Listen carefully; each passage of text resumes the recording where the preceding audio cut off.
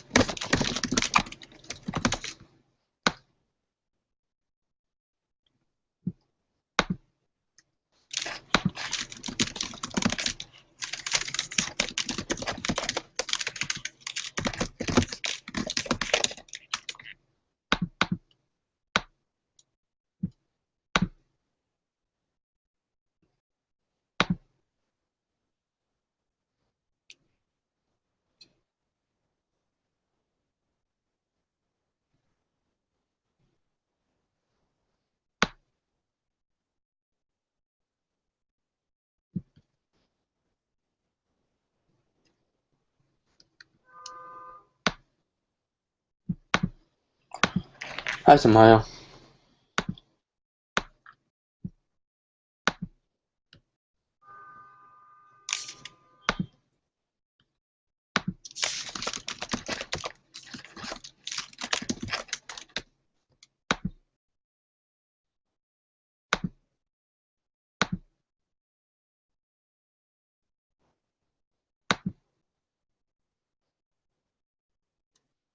Alright, looks like a lot of people signed in and said yes to the event. I'm just waiting on everyone else to um, sign in and start viewing the session.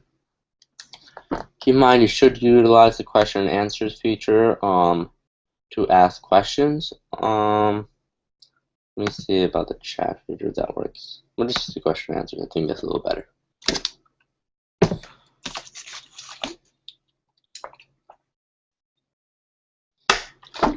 Alright, so far we have Ahmed, Naima, Farzana, and Samaya waiting on everyone else. Sorry for the late start. We're about 11 minutes behind. And Shafin is here.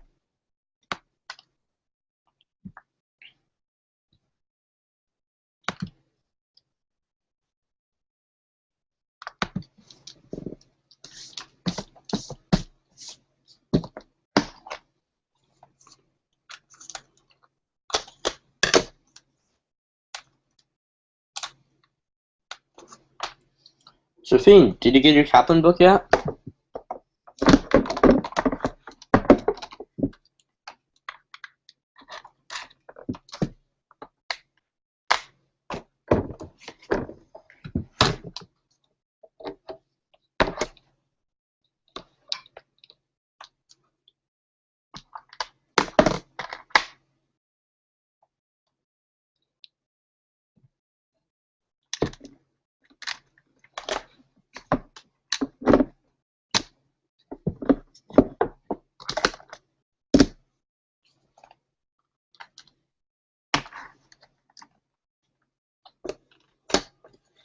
Hi, Javed.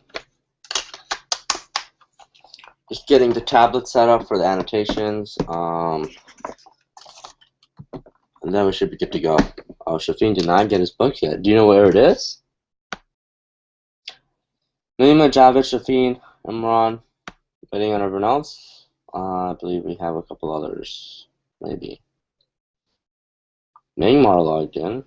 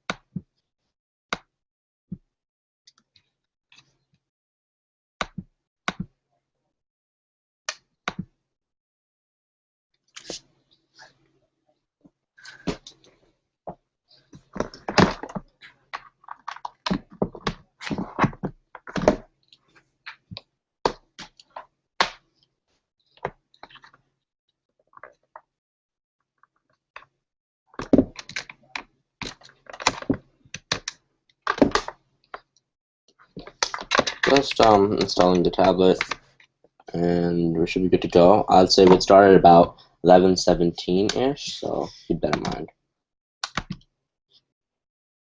According to Amazon, it's already shipped and should be here today. So they may get it during the thing.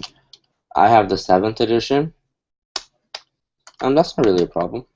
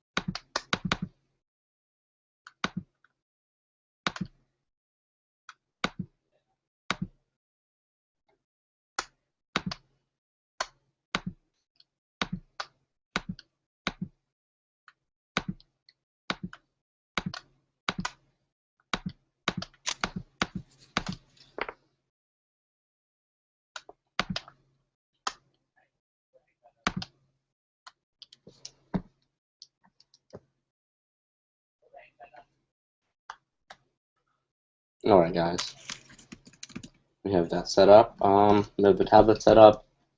I'll give everyone like another 2 minutes to come in, and then we'll get started.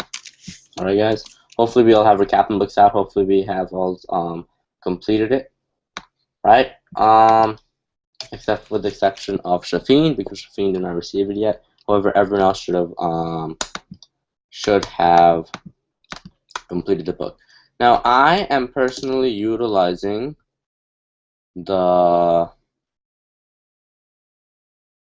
6th edition, right? So that's not even the 7th edition that Javid is using, or whoever is using. Hi Nisa.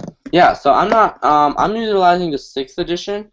Now the thing is, the questions are pretty much the same. Like, I had the newer editions, I just happened to scan the 6th edition.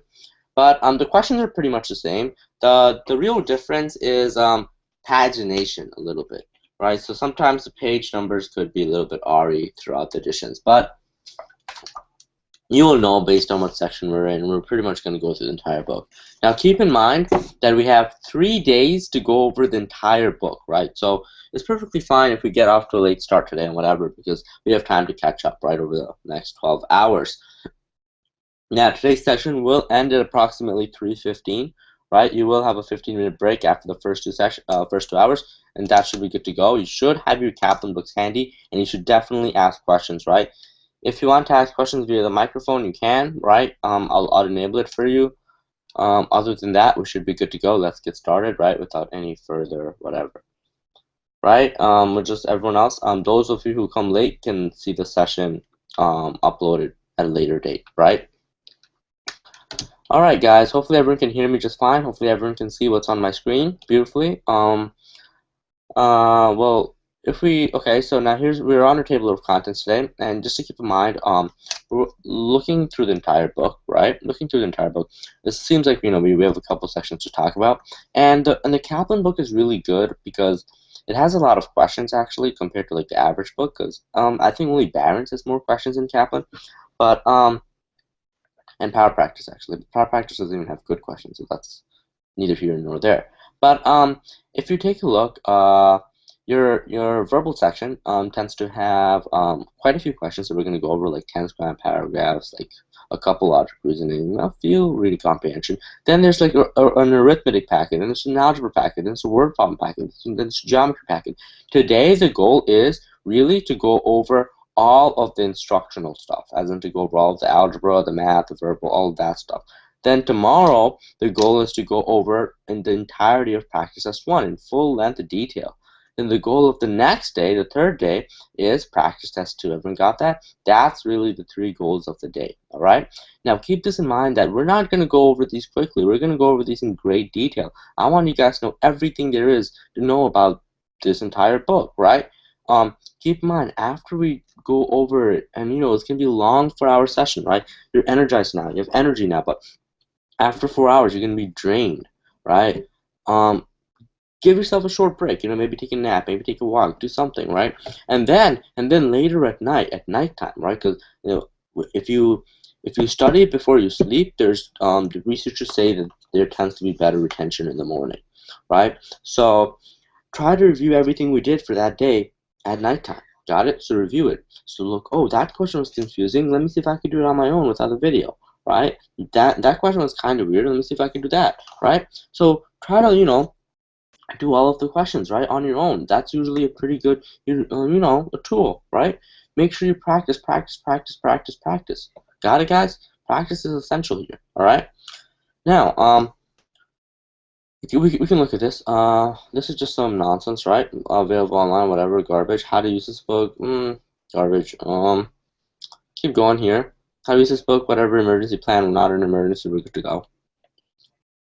A special note for parents pretty much tells you about the specialized high schools. We'll talk about that later. This talks about tips and whatever. Not really important. SHSAT mastery. Okay, well, so now we know all of this stuff. Again, we'll talk about this later, but it doesn't really, it's really the basics, like, it's nothing too difficult. We know the stuff. SHSAT verbal, alright? Now, here's what we don't know, right? Here's where we're going to stuff that we don't know. So here's, we know that there's 10 logic, we know that there's 5 scrambled, we know that there's 30 reading comprehension questions, right? But now, I want us to start. You guys should read through the scramble paragraph instructional stuff, like the structural clues, what to look for, pairing sentences, we talked about that, pronouns, how one sentence refers to another via pronoun. The structural clues you should definitely do. But now, here's what I want us to do. That scramble paragraph practice set. Got it? That is what we're going to work on together right now and see if we can really find out, all the connections. Okay, I believe I'm missing a few people right now, right? I believe I'm missing Lizette. I believe I'm missing a couple people. Let's see, maybe Typhur. Let me see if Typhur is on that. Typhur is always cannot watch the video for some reason. He watches it on YouTube or something of that sort. But I hope he's watching today. Make sure everything is good, guys.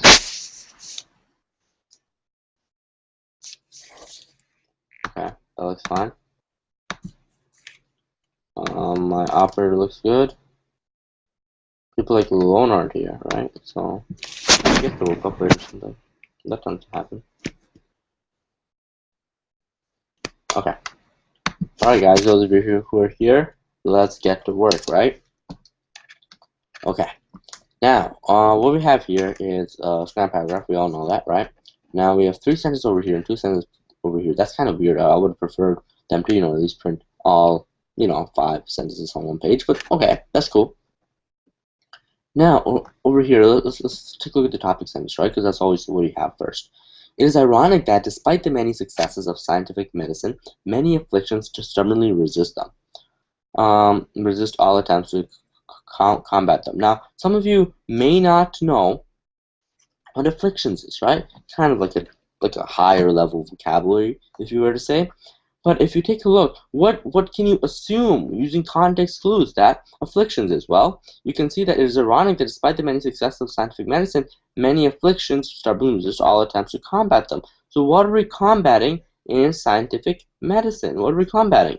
Well, these could be like diseases, or it could be like sicknesses, or it could be like illness, right? That's really what scientific medicine is combating. So afflictions is, well, one of those 3 or all of those 3 or whatever those 3 is, and that, context clues, guys. You can't, if you don't want to memorize the vocabulary list, you have to be good at finding connotations. Got it? Context clues is usually very, very important.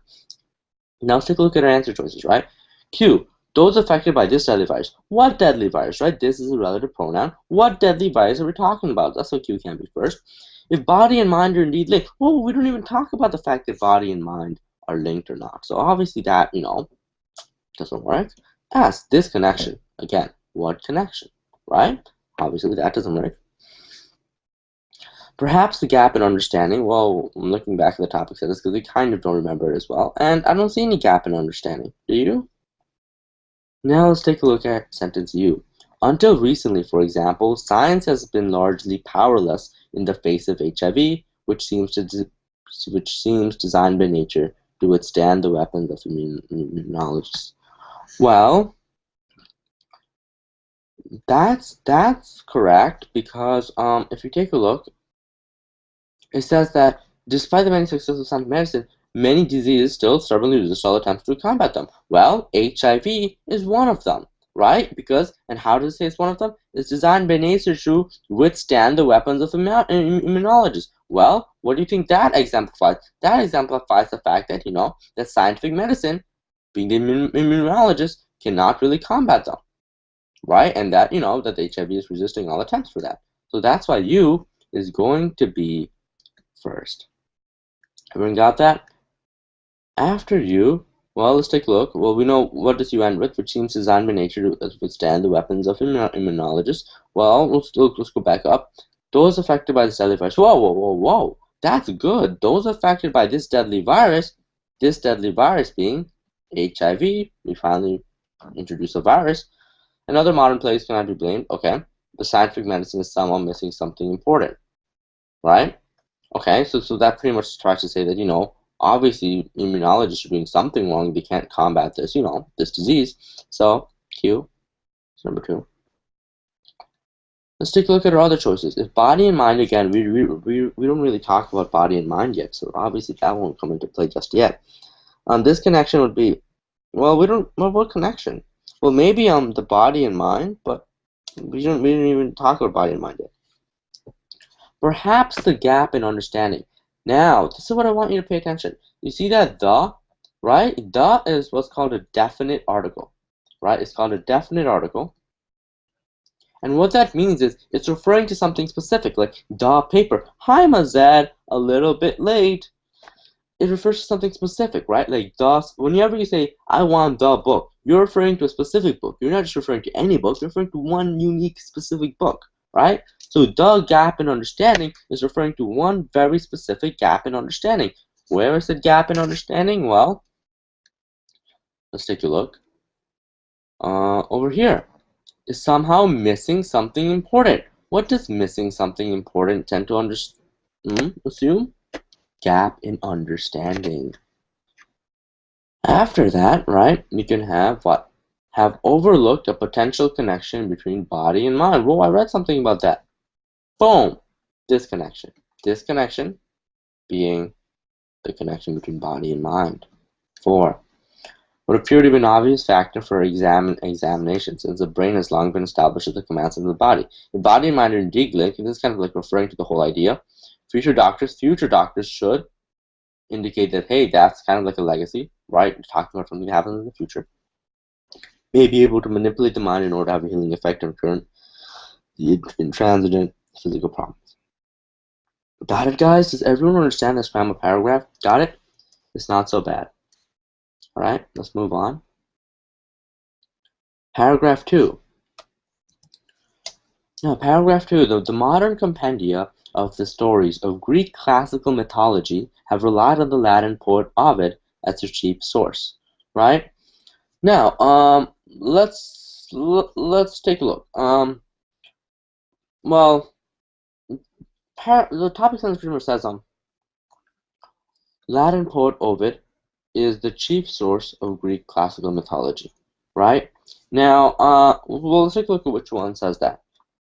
The original Greek mythologists, well, kind of, would no doubt. Wait, alone. We did not start early, actually, right?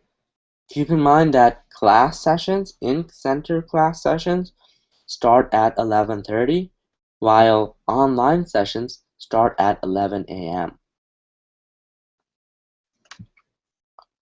Alright, so that's that. But modern compendia of the stories of Greek classical mythology have relied on Latin poet Ovid as the chief source, right? So what is that trying to say? Well, that's trying to say that Ovid is the chief source of Greek classical mythology. Cool. The original Greek mythologists would no doubt have been dismayed to learn that such liberties. What liberties? Are Latin, the mother of European languages and the medium of the Catholic Church, pushed Greek into minor occupational scholars. Well, that kind of works, kind of. I'm going to keep it on the side. I don't like it so much, but the idea is kind of works because it's talking about how, Latin has been transfused into Greek literature, right? Pushed Greek into minor occupational scholars, right? And that's precisely what this sentence says. Yeah, really alone. But okay. Moving on. Well, unfortunately, however, the myths were not factual truth. Well, what myths? So, that doesn't work. Hence, not surprisingly, what's not surprisingly?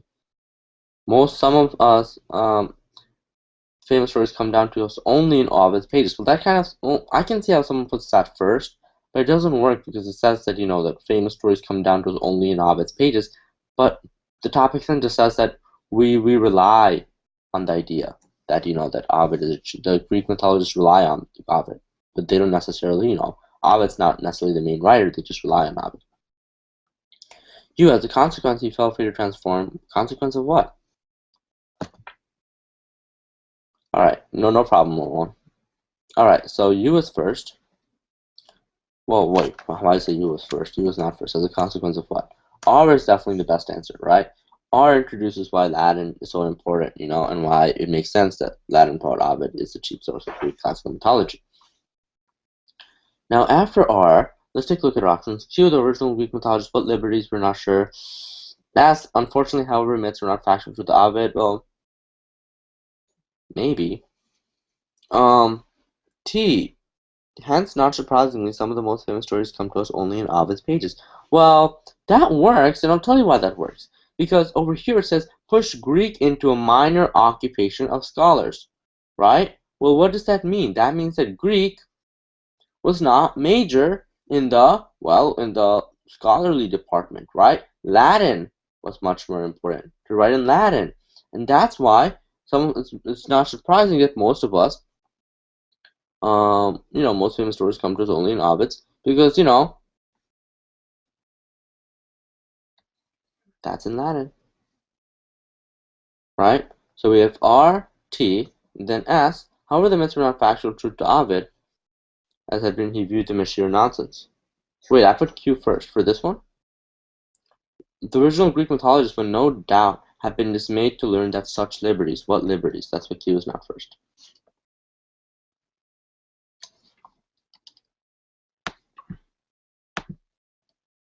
Let me just double check to make sure that that I'm not getting questions late.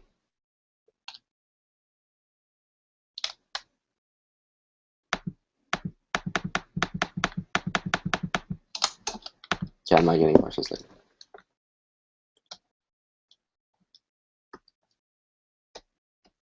Okay, wonderful. Now, okay. So we have RT, and then unfortunately, however, the myths were not factual truth to Ovid, as if it had been to early Greek poets, he viewed them as sheer nonsense, right? So he didn't like the myths after, after being involved in that whole scholarly idea. That's what that's third. After that, as a consequence, as a consequence of the fact that he did not think that they were factual truth, he viewed them as sheer nonsense. That's why he felt free to transform what had once been vehicles of deep religious truth into idle tales that were witty, right? So because he felt that, it was sheer nonsense, he just decided to play around with it. Everyone sees that? That's why U is there. And after Q would no doubt have been dismayed to learn that such liberties. What liberties? The fact that Ovid played around with it, right? Fine.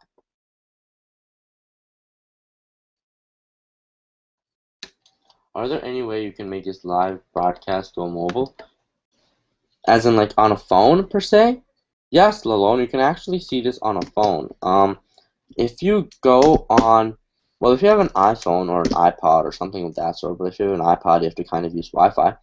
But if you're on an iPhone, you can download the Google Plus app, right? The Google Plus app. If you download the Google Plus app, it lets you watch it with the Q&A and everything. And if, let's say, if that doesn't work out so well for you, or you don't want to watch the Google, or you don't want to download the Google Plus app, or you have like an Android phone, maybe they have a Google Plus for Android. They probably do because Google is Android, or Google makes Android. But let's say you wouldn't want to go that route. You can also go the YouTube route, right? This video is also live streamed on YouTube, right? You're watching on the Google Plus Hangouts feature, but it's also live streamed on YouTube.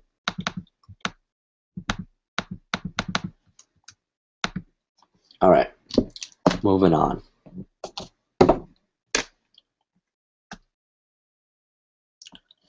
Paragraph 3. Okay. Early in the 18th century, the astronomer Edmund Halley wondered to himself why it was that the night sky is dark. Okay, cool. Now let's take a look. Such an apparently naive question is far from useless. Well, naive question looks like that could refer to why is that the night is dark. So that's the possibility. Okay, moving on. A star's brightness. Whoa, why are we talking about a star's brightness? And the fact that they are now, who's they? What is they, right? What pronoun does they refer to? Well, what noun does they refer to? We're not entirely sure. We're not entirely sure what the antecedent of they is, so therefore we can't put that. T, in an infinite universe, after all, there would have to be a star lying. Well, why are we talking about stars? Why would there have to be a star lying? Halley's question, in fact, is interesting to consider because if the universe is truly infinite and most opposed, well, that works. I'm not going to say that doesn't work, but kind of, you should say that it's far from useless, as in it's not, as in it's very important, and then you can say, it's interesting because blah blah blah blah blah, right? So Q goes first, and then U goes, and that's cool, right? And after Q and U, then you can look at your other options, right? Well, let's first read the entirety of Q.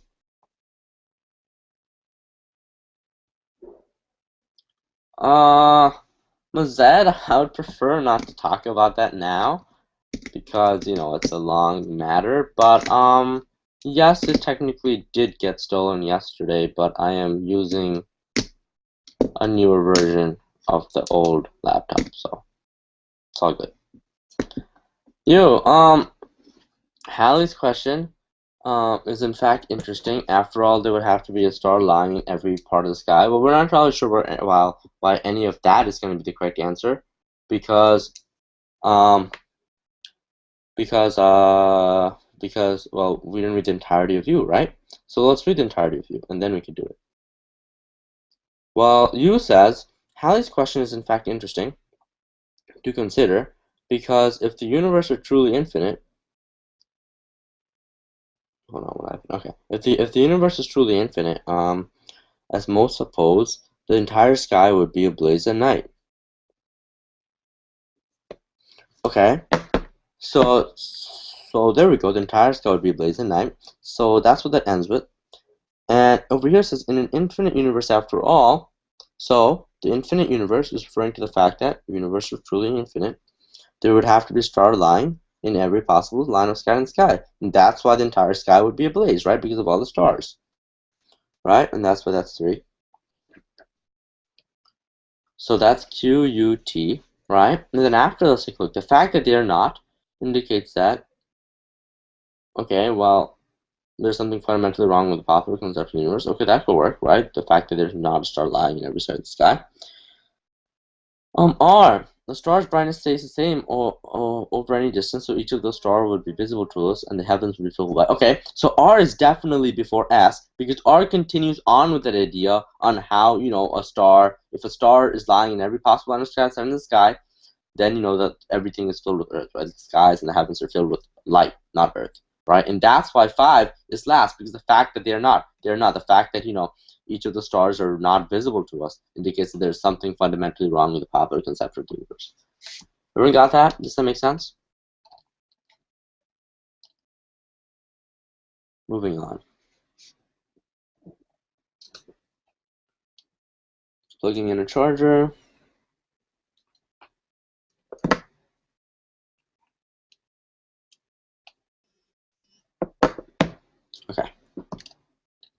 Paragraph 4.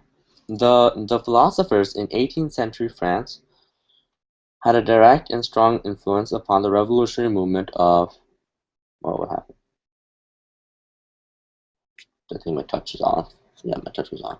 All right. So the philosophers in 18th century France had a direct and strong influence upon the revolutionary movement of 1789. Right? That's cool.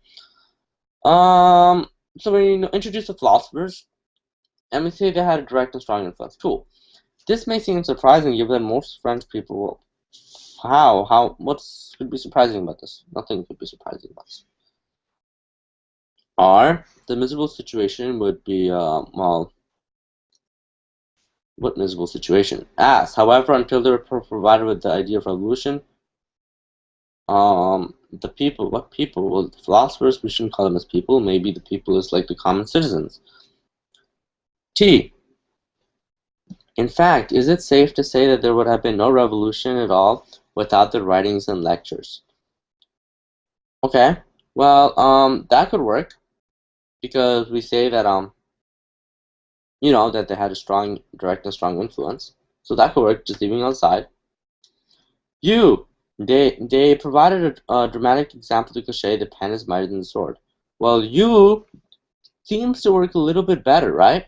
As in, they refers to the philosophers and provided a dramatic example of the cliche, the pen is mightier than the sword. And this would allow them to, to say T, right? Because there would be no revolution without their writings and lectures, as in the fact that without their cliches and everything of that nature, there would be no,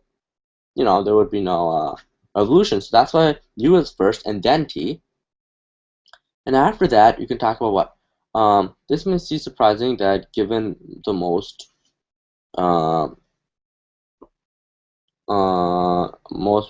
French people experience poverty and starvation. Well, this may seem surprising. Well, what may seem surprising? Well, the idea is that in T it says that it's safe to say that there would have been no revolution at all without the writing and lectures. Well, that's kind of weird, right? Because in Q it mentions, hey, most French people experience poverty and starvation. Obviously they would rebel, or obviously there'd be revolution, right? Technically you would assume that you wouldn't need the philosophers, right? And that's what Q is trying to say. And after Q, you can have, well, however, until they were provided with the idea of revolution, who is they? Well, they is the French people. Until they were provided with the idea of revolution, where did they get the idea of revolution from? From the philosophers. The people express their dissatisfaction only in occasional lives. And that pretty much explains, why it makes sense. And 5, this miserable situation would appear to have been enough Ash shouldn't go before R, because R continues to talk about that miserable situation, which is poverty and starvation. And then you can talk about S, however, until they're provided with the idea of revolution, right? R continues on an idea in S, as in this miserable situation would appear to have been enough by itself to inflame the masses, right? Pretty much what I said about Q. But, R further explains that, so that therefore R should go directly after Q, and then S should follow. Got it, guys? So always do some work around with your own paragraphs. Moving on.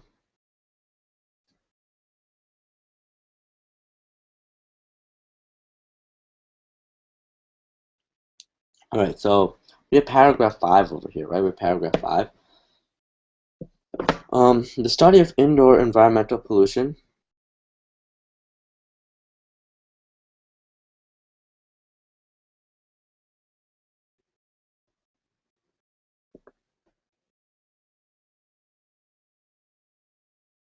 Hold on, my boss texted. Testing my bang. Okay. The study of indoor environmental pollution is a controversial new area of scientific research. All right. Well, cool, interesting. Well, let's take a look at the sentences, right? Well, Q, for example, inhabitants of, well, it could be for example, but let's take a look at what we're trying to find an example of, right? The study of indoor is a controversial new area. Well, all of this doesn't really sound controversial, right? So Q doesn't really work.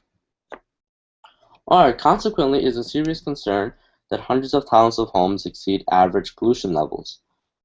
Well, I have no idea how this topic sentence relates to R, but can't work. As one area of debate, well, that can work actually. That can work. Why? Because one area of debate can refer to the fact that it's a controversial new area. If there is controversy, there is debate. So it's kind of like, breaking down the ways of debate. So one area of debate is that the use of terms high, low, and average in reports of the concentrations can be misleading. Yeah, so that could work. But let's take a look at the other options anyway. T. Clearly more attention needs to be paid to issues. Well, clearly, why? It's not clear yet. U. Such labels do not necessarily imply any correlation with acceptable or whoa. So yes, although we know that U obviously can be first because what labels, but we do know that S is first now because we looked through all our options, but we know that U directly follows S because such labels obviously refers to these terms. Right? That's not so bad. So S, U, and then after that, well, let's take a look. So what does U say? Such labels do not necessarily imply any correlation with acceptable or unacceptable health risks, right? Q says, for example, inhabitants of houses with statistically average levels of radon are exposed to approximately 300% more radiation than the average American receives from X-ray medical procedures in a lifetime. Well, yeah, statistically average. Well, what is this referring to? Well, here says that, well, these labels don't really show any correlation between acceptable and unacceptable. And that average is referring to the fact that, hey, there's that average, right? There's a reason why Q is after U. Why? Because U says, well, the labels high, low, and average don't really say if it's acceptable to live in or unacceptable to live in. And then Q goes on to say, yeah, well, here's an example of that. There's this guy, people who live in average levels of radon, and they have 300% more radiation than the average American receives. So obviously that U introduces that, hey, these labels aren't so great, and then Q gives an example of why these labels aren't so great. Got it? So S, U, Q. Consequently, it is a concern that hundreds of thousands of homes exceed average pollution levels. And that is a continuation of the example that's given in Q, right? Hundreds of thousands of homes. Yes, inhabitants of homes, right? Everyone sees that? Boom. And then after that, if T, clearly, yeah, it's clear now, right? Obviously, because people are receiving 200% more radiation than the average American. Clearly, it's clear now. Well, more attention needs to be paid to issues such as labeling. Everyone sees that? That's it. Not so bad. Moving on, paragraph 6. All right, paragraph 6. So keep in mind, boss is texting me. Let me just shoot her back a text.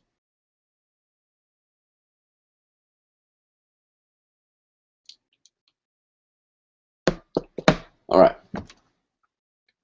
Paragraph 6. Many people find it puzzling that groups of people sometimes engage in behavior that seems to be clearly dangerous or at least ill-conceived. Right? Well, okay. So many people find it puzzling that groups of people sometimes engage in behavior that seems to be clearly dangerous. Okay. So people find it puzzling that groups of people do dangerous things. Cool. Let's take a look at our answer choices. Q. For that reason, when the leader R. The resulting lack of balanced judgment groupthink may as well, what resulting? Nothing is resulting. Alright. As individual members of the group prize the high morale derived from the cohesion and fear rejection if they break ranks. Paul, what group? Okay. T. Irvin Janis developed the groupthink hypothesis in 1972 in an attempt to explain how fatal errors can occur in a group's decision making. Well, that works. Why? Because that's pretty much giving an example of a specific person that thinks that groups of people engage in behavior that is dangerous. Over here, group decisions lead to fatal errors. So you have T first, and then after T, you can have, we'll see. There's other things to talk about groupthink over here, and there's over here, right? You just have to figure out which one comes first, per se. Or there could be some other stuff that comes first. Let's take a look at you. According to this hypothesis, well, that kind of works. This hypothesis being that groupthink can arise when a highly cohesive group with a strong-willed leader faces a crisis. Yeah, that works. But after that, you want to put this, the resulting lack of balanced judgment. What balanced judgment? It's not, okay. Well, lack of balanced judgment. Okay, well, we don't really see that yet, but we do see that in Q. For that reason, when the leader being the leader that's referenced over here, the strong-willed leader, right, exhibits a preference for a specific solution to the crisis that's introduced over here, the other members may choose to ignore any other alternatives, and that is precisely it. And then, since the other members choose to ignore any other alternatives, that is a lack of balanced judgment. 4. And then at the end, you can put, well, let's see this. Individual members of the group prize a high morale reference. No. This doesn't go at the end. This goes over here, right? It goes after Q because it says the other members may just ignore any other alternatives. And this kind of gives like an example, like the individual members, why they might do this, right? Why they may do this. So that's why it's not going to be R. That's 4. That's going to be 4th, and that's going to be 5th. Right? Because individual members of the group refers to the other members that may choose to ignore, right? And that's why, it kind of makes sense that, hey, so other members choose to ignore any other alternatives. Why? Well, S explains why, right? Individual members of the group prize a high morale derived. Got it? Not so bad. Moving on to paragraph 7. In spite of a recent revival of interest in 19th century women writers, Lydia Maria Child remains an obscure name. Cool. Now let's take a look at what we have to do. Sentence R. The most likely explanation for this oversight is that she cannot be classified with her female contemporaries. Well, R is first, right? The reason why R is first because the most likely explanation, well, that's not why. This oversight, that means they must have mentioned oversight. And yes, remains an obscure name. That kind of suggests that she's an oversight. Is that she cannot be classified with her female contemporaries who mainly produce stylized domestic fiction. Okay, so R is first. After R, well, let's take a look at our options, right? Well, I would just want to make sure I want to understand R a little bit better. Who mainly produced, the most likely for this is that she cannot be classified with her female contemporaries who mainly produced, Bosch is texting me, let me just refer back another text.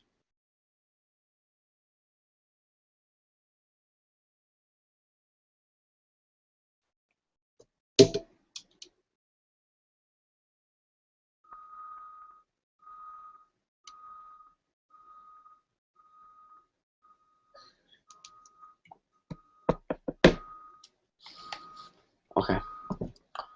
Alright, so we have R, yeah, so that she cannot be classified with her female contemporaries who mainly produced stylized domestic fiction.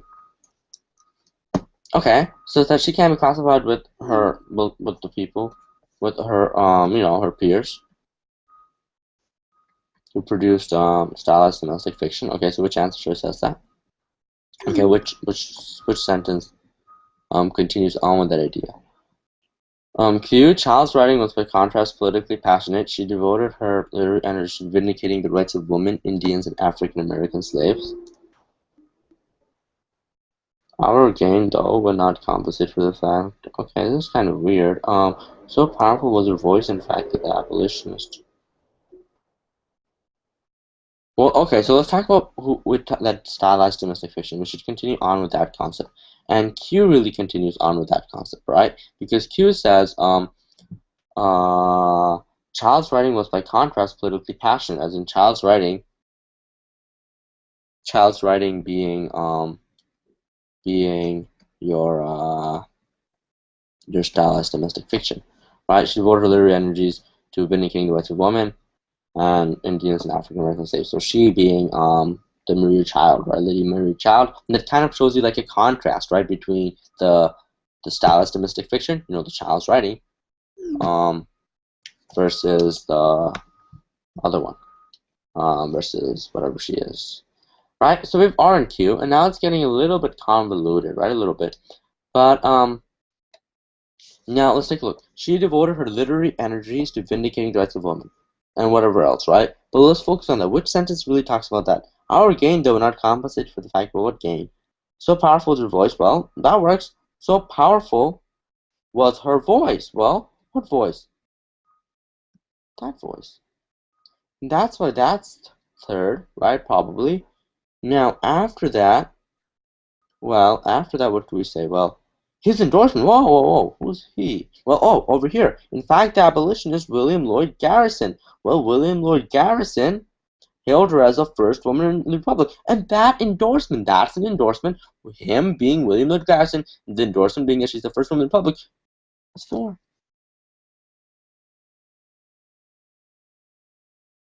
Got it?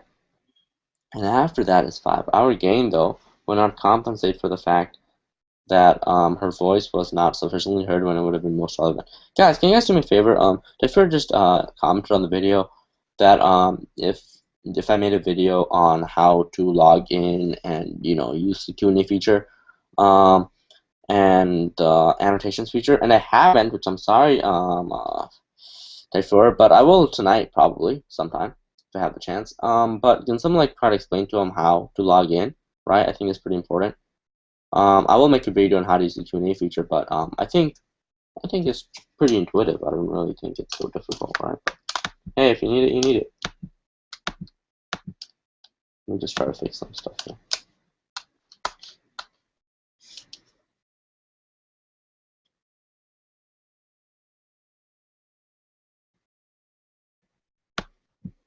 Got the book right in front of me. Good job. Oh, new person. Just making sure I'm keeping updated on the comments.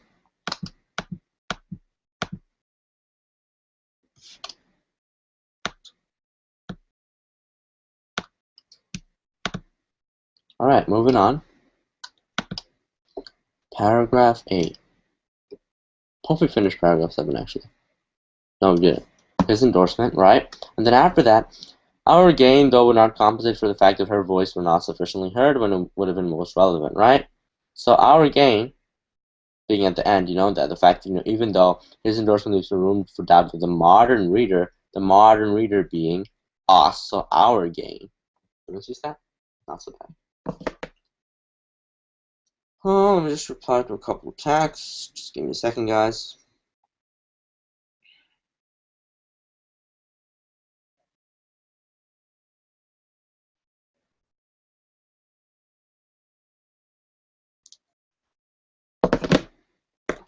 Okay, moving on. Paragraph 8. The famous economist. I can make a video, Mazed. What does that mean?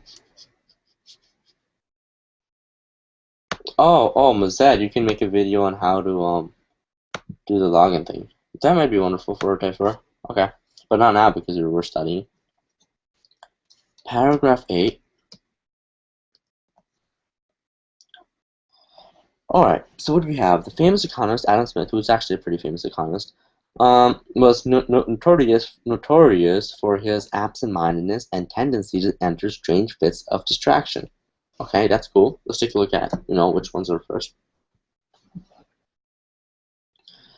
When the spell was broken, what spell, right? The is a definite article, so the must refer to something specific that is usually mentioned before, and we're not entirely sure what spell to mention, so that Q can't be first. Moving on, R. On one occasion, Smith was walking in Edinburgh with a friend. On one occasion.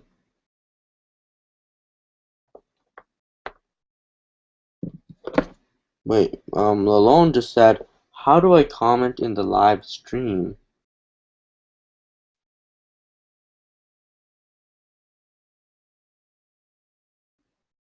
How do I comment in the live stream using my iPad? Well, if you have the Q&A app, you can go down, you can scroll down, and it does have a Q&A and does let you use the questions and answers feature.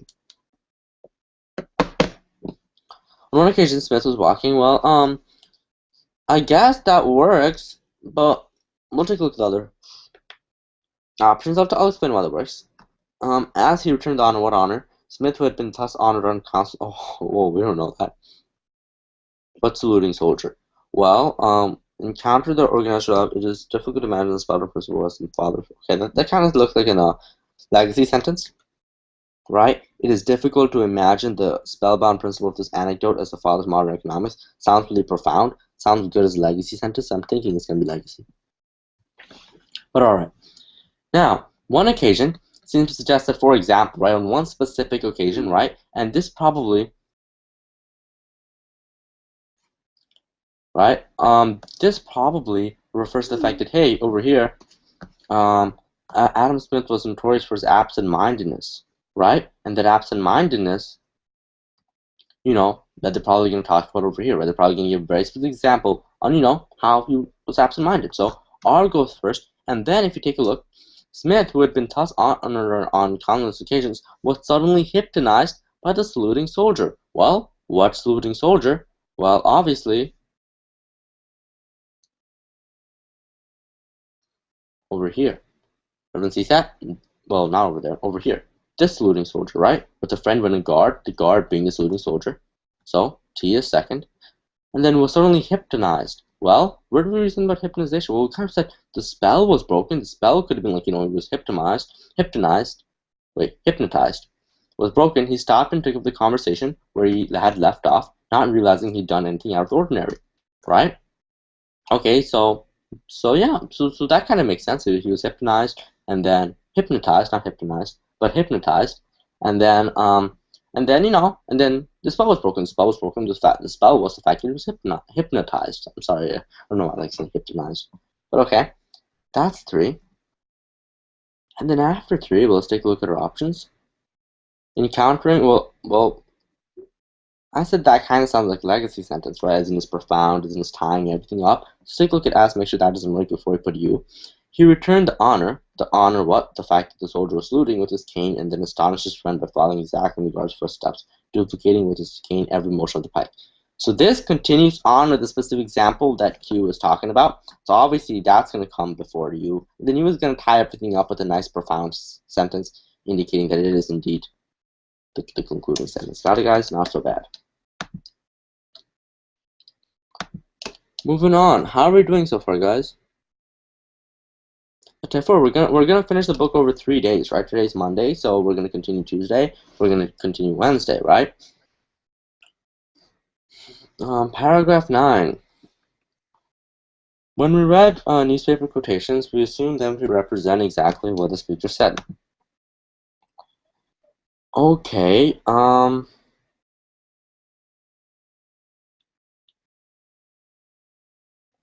Okay. Well, when we read newspaper quotations, we assume them to represent exactly what the speaker said. So this kind of says that kind of says like that is wrong. What do you mean? For which one? Paragraph 8?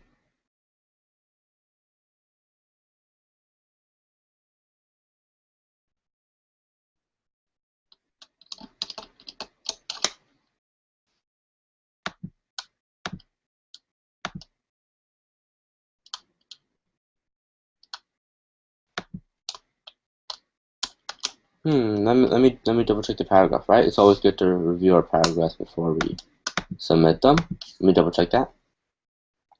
R, one occasion.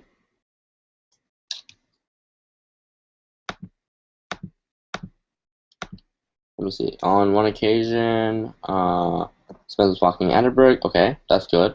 So that gives a specific example. The Smith who had been thus honored on countless occasions. Okay, that works. And then what? And then we have he returned the honor. Okay. When the spell was broken, he stopped. Ah, yes. Right. Remember we said that hypnotized. Yeah. So yes. So we said that hypnotized, right? And then after hypnotized, obviously the spell was broken, right? And then we had he returned the honor by following he took up the conversation where he left off, not realizing he'd done anything out of the ordinary. Yes, we said it was hypnotized was a spell, right? But then that continues on the fact, this is all weird actions, right? This is all very, very weird actions, right? So that's why, he's still under that spell in S, so that's why these two should be switched, right? That should be 4 and that should be 3, right? Because he's still under the very, very weird spell over here, and here he's not under the weird spell anymore, right? He stopped back, realizing that he'd not done anything out of the ordinary, which is why it is RTSQU.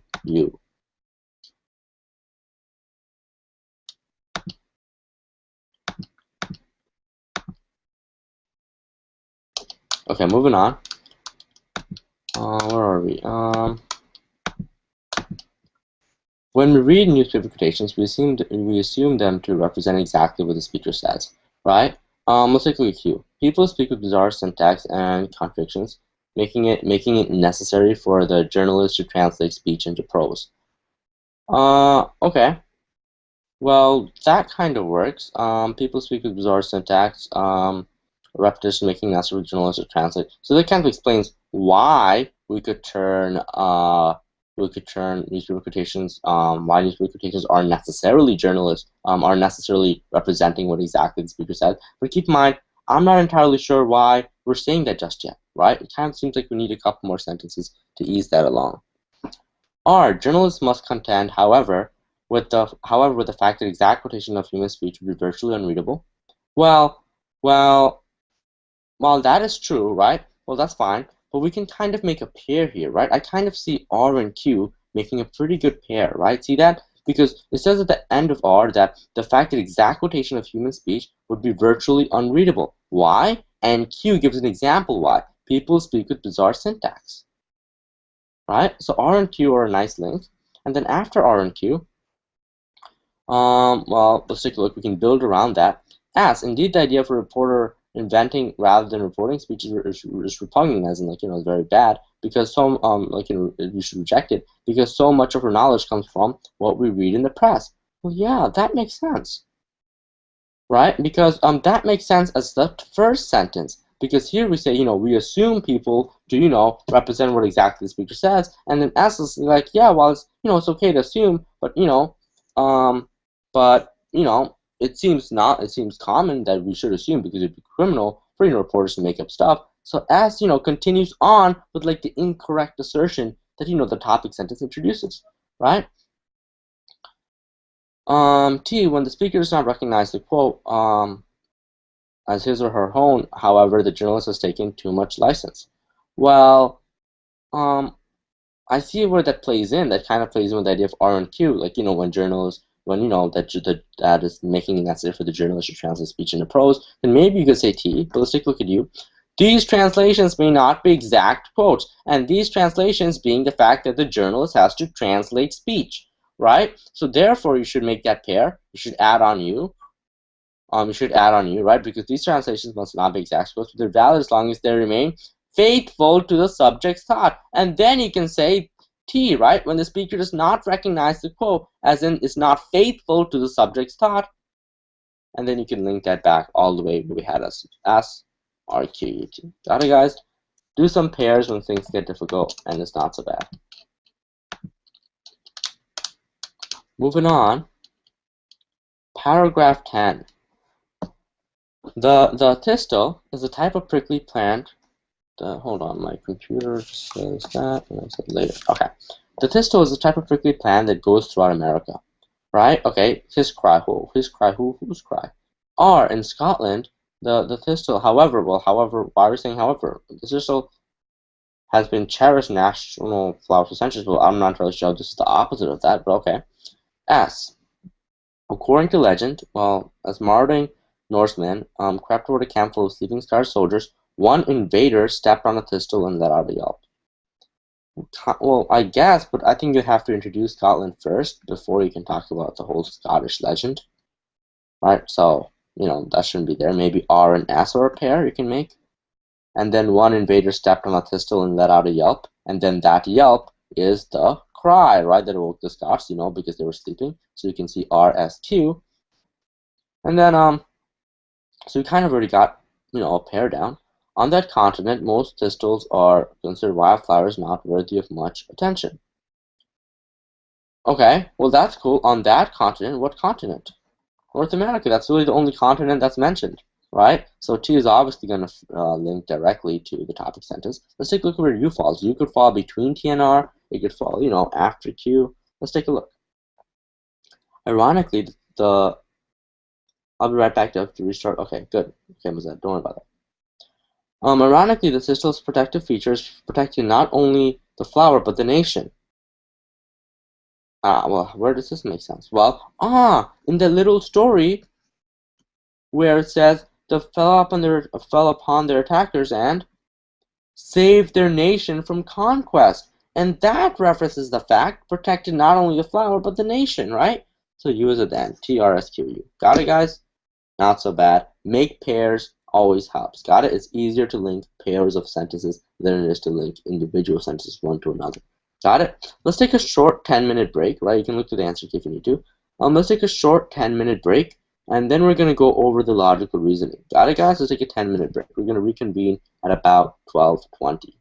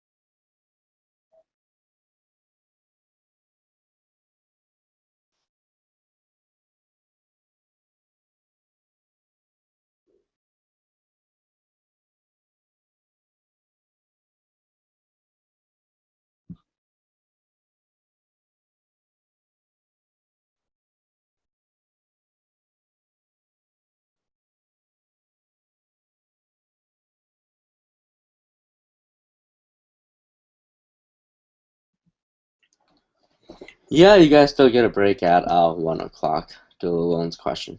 Right, so we have a break until 12:20.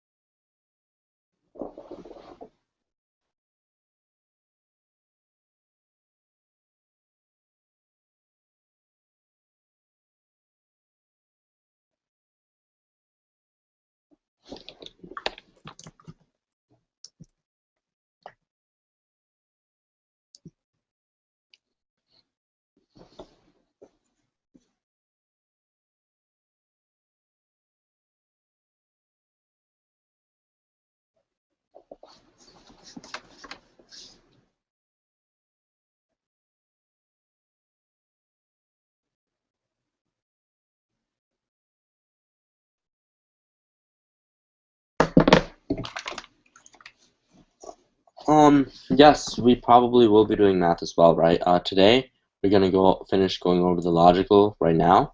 Then we're gonna go over the reading section, and then we'll probably get to the math.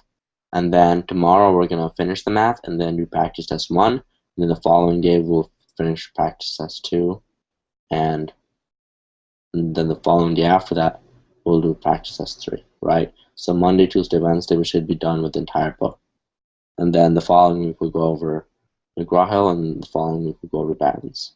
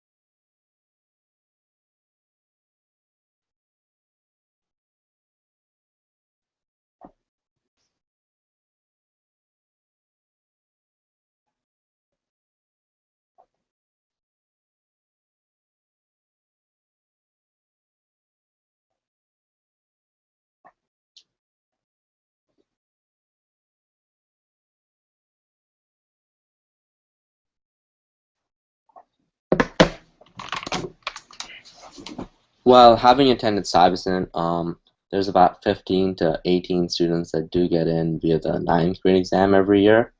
You do need a fairly high score. So think about like the top 15 kids that do that perform on that statistic get in. I would say anywhere in the range of well, to get in as an eighth grader, you probably needed about 92 plus, 91, 92 plus. So think a little bit higher than that, maybe 93, 94, not much higher, right? Keep in mind that it is scaled, right? So but also note that the math portion of that statistic on the ninth grade exam is much harder than the eighth grade exam.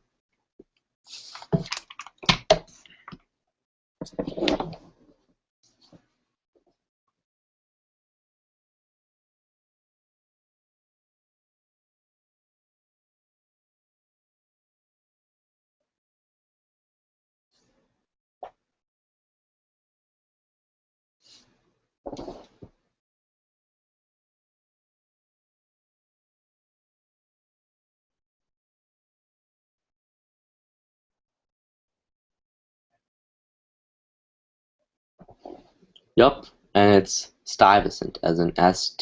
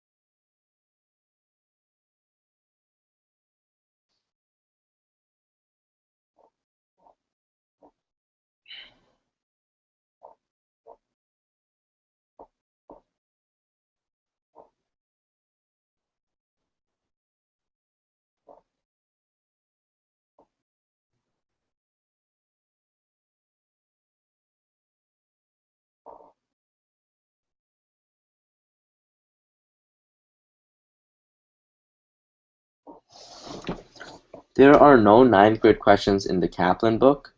However, if you receive the SHSCT booklet from your schools, there are one sample set of 9th grade mathematics questions.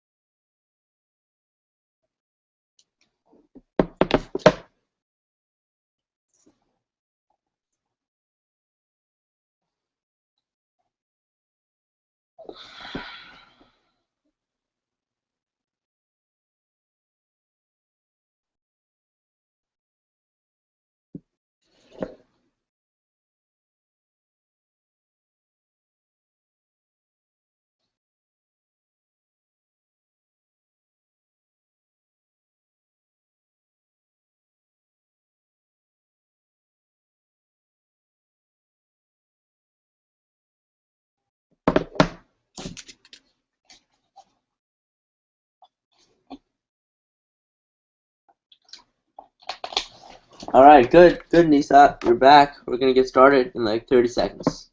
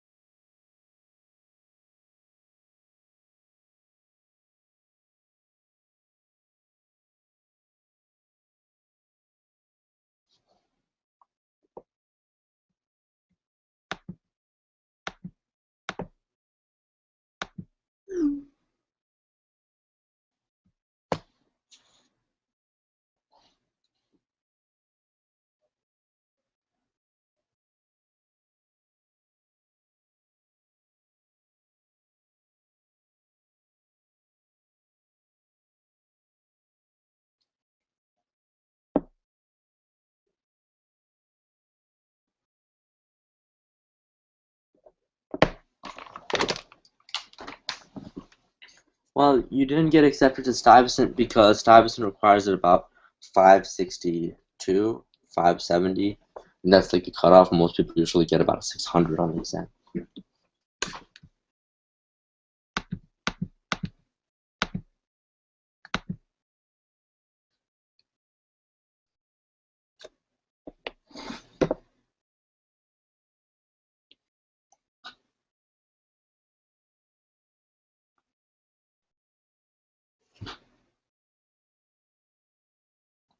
All right, it is 12:23, which means I've given you, and admittedly myself, a little more break than you need to have, right? So let's go right on to it. Let's go on to logical reasoning. We're going to be talking about deduction questions, conclusion questions, if-then, contrapositives. We're going to talk about, sorry, Naeem, can you repeat the answer?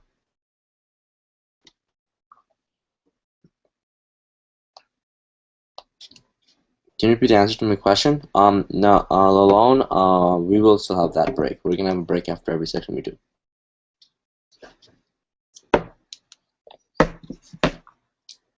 Okay, so written our problems to identify exactly what the question is asking. Diagram charts, we're going to talk about that. We're going to get right on to the question set. Alright, so I'm here at the question set, and that's the first practice set that is in this Kaplan book, and we're just going to do it to the best of our ability, right? Okay, so let's do it.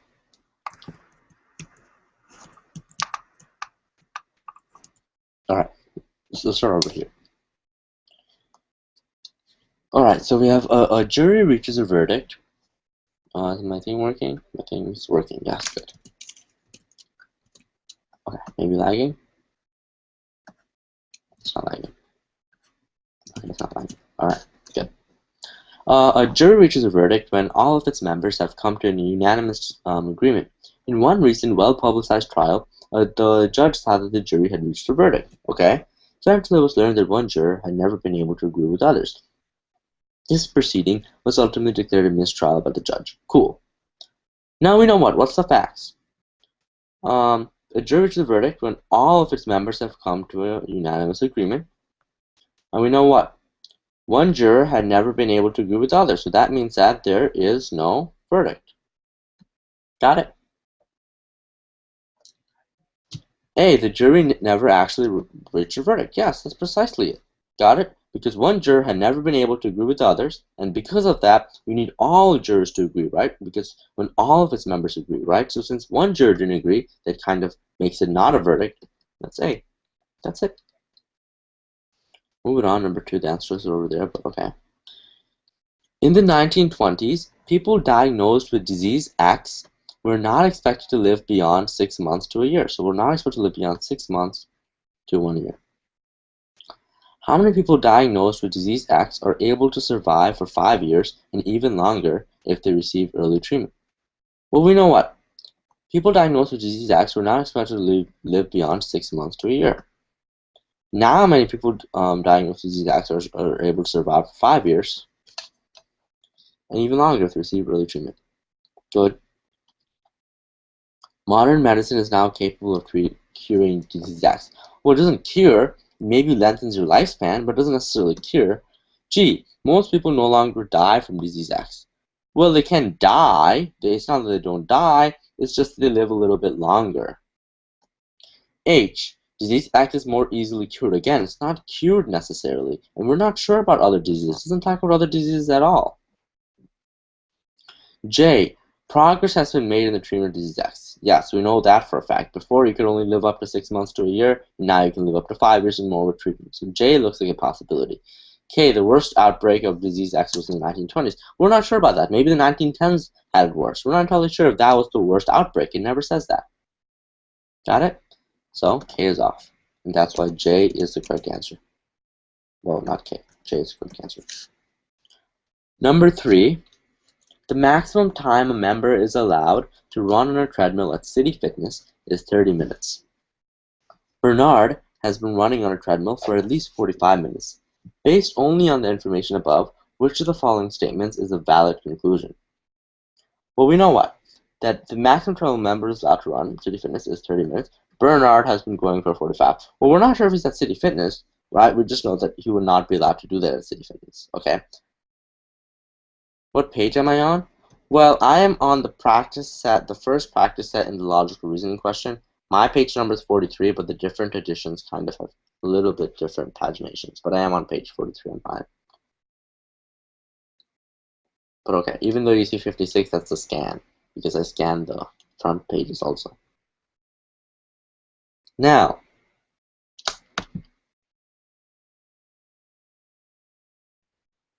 okay, good.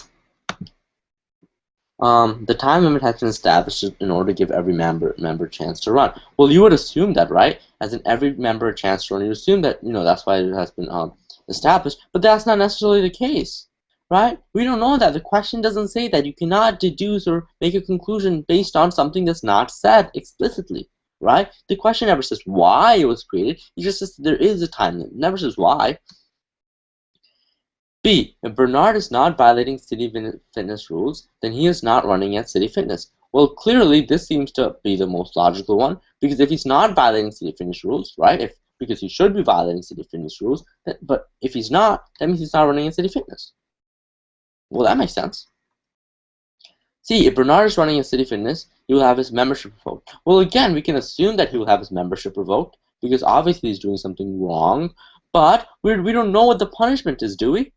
Do we know what the punishment is? Maybe you can't go there for a week, or maybe you have to lift the gym equipment, or maybe you have to scrub the floors for them. We don't know what the punishment is, right? So you can't assume that. D. Bernard will be getting off the treadmill as soon as possible. Well, again, we can't assume that. It never says when Bernard will be getting off the treadmill. E. Bernard is not running on a treadmill at City Fitness. Well, he could be, and maybe he is willing to take that punishment or whatever it is, right? That's why B assumes the least, and it's the correct answer. It assumes least. If he's not violating City Fitness rules, as in if he's not in violation of the rules of City Fitness, which he should be because he's going over 45 minutes, then he's not running at City Fitness, clearly.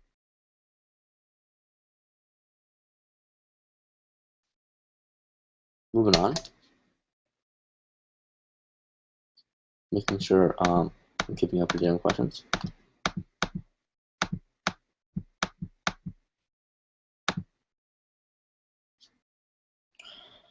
All right, number 4. So what do we have? In a foreign language class for students who know nothing of the language being taught, those who have already studied another foreign language do much better at first than those who have had no previous foreign language training. After about 3 months, both groups perform at the same level. Let's break down the facts. So, students who know nothing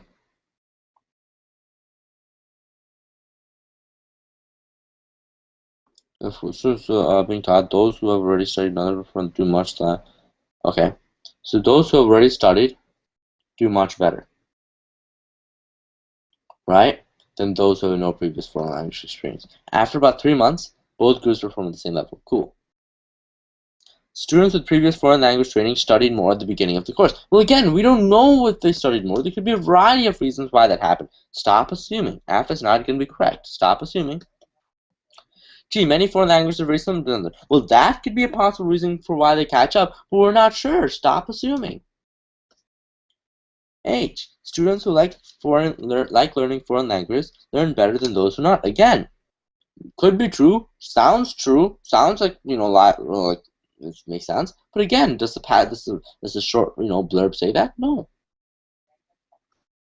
J. The ability to learn a new language is initially increased by previous experience learning a new language. Well, that is exactly what the blurb illustrates. The ability to learn a new language is initially. That means like at the beginning or at the start. Increased by previous experience learning knowledge. That's exactly what this says. Those who have already studied for another foreign language do much better first than those who have no foreign language, right? And it's only initially because it happens only at the beginning. After about 3 months, we're at the same level. Number 5. Athletes who accept money to endorse brand X Cola are expected to appear in at least 3 commercials for the cola per year. Basketball star Patrick Ewing appeared in only 1 commercial for brand X Cola last year.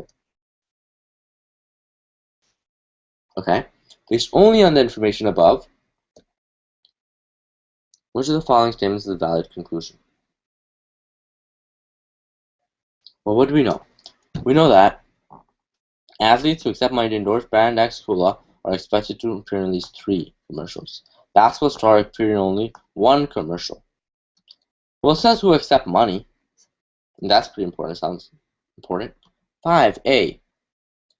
Ewing did not accept money to endorse brand X Cola. Again, could be true, right? Because it only says people who accept money are expected to appear, right? It never says about people that don't accept money, and maybe it could be. But what if he did accept money, but now he's in violation of the law, and maybe he gets, I don't know, maybe his contract is terminated or something, right? So we're not entirely sure. B. If Ewing were playing better, well, we don't know if he's playing better. It's such a hypothetical, right? Who knows? See, if all athletes appear in only 1 commercial, no one would buy it. Maybe that could be true. Maybe, but do we know that? Does Pat say anything about people buying brand X Cola? D. If Ewing accepted money to endorse brand X Cola, he has not done what is expected of him. Well, yeah, precisely. Because if he accepted money, then he was expected to, do it 3 times, and he did it. Got it? Good job, Sanjita. Number 6. Oh, that slight yawn coming on. All right. Number 6. There are 2 paintings on the wall. Now, how do we do this? T-chart, T-chart, T-chart, T-chart, T-chart, T-chart, T-chart. Got it, guys? You make a T-chart. It's not so bad. I'm going to do it over here. I'm not sure if you guys can see it. Hopefully you can. Portrait, one is a portrait, other one is a landscape. So, portrait, landscape. We'll do you guys a favor. Just zoom in a little bit. And hopefully that makes things a little bit clearer. You got A for which one, Jamie?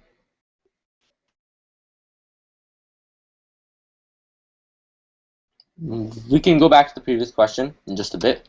Let me just finish going over the T-chart for this one. So we know what? The portrait has a brown frame. So the portrait, brown frame. One painting signed by his painter. Well, we don't know which one is signed by his painter. One painting has a gray frame. Well, we know this one has a brown frame, so this one must have the gray frame. And hangs at eye level.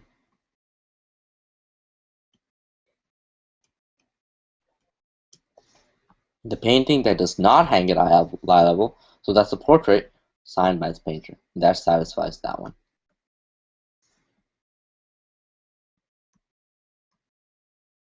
So that does not hang at eye level.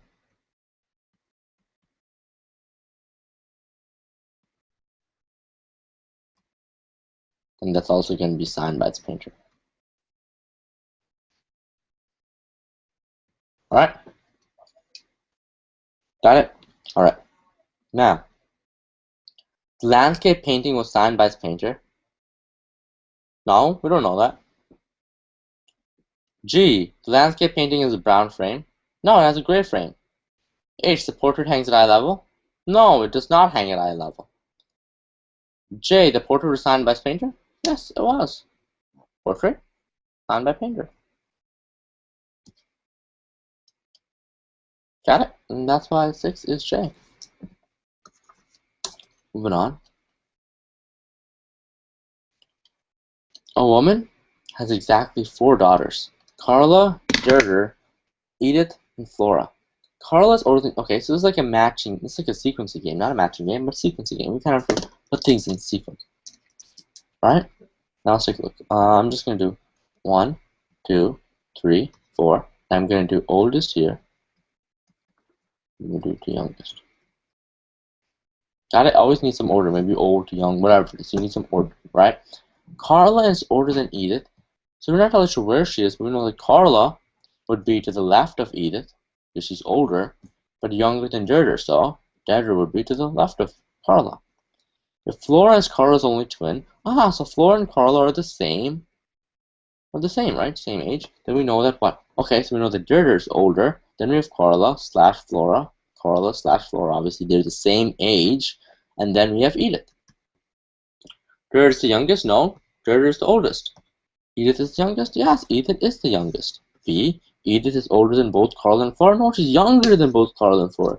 Edith is older than both Carla and Gerda? No, she's the youngest. No.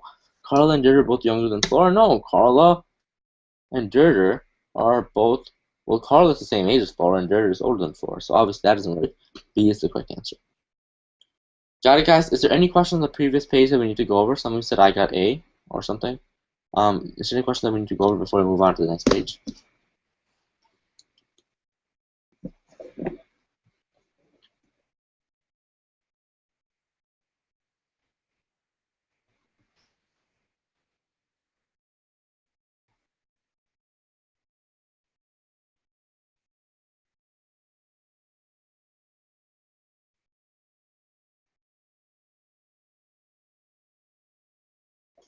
Yes, no, do we have to go over anything, guys? Come on, let me know.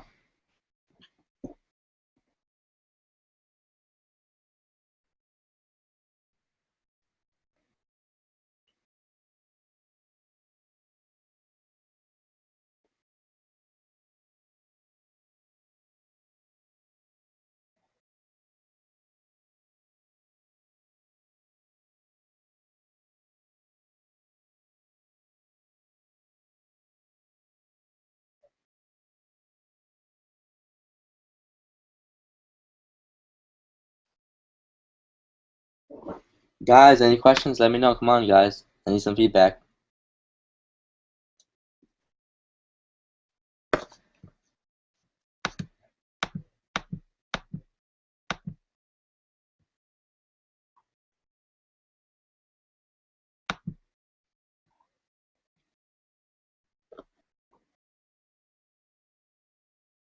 Can you stop?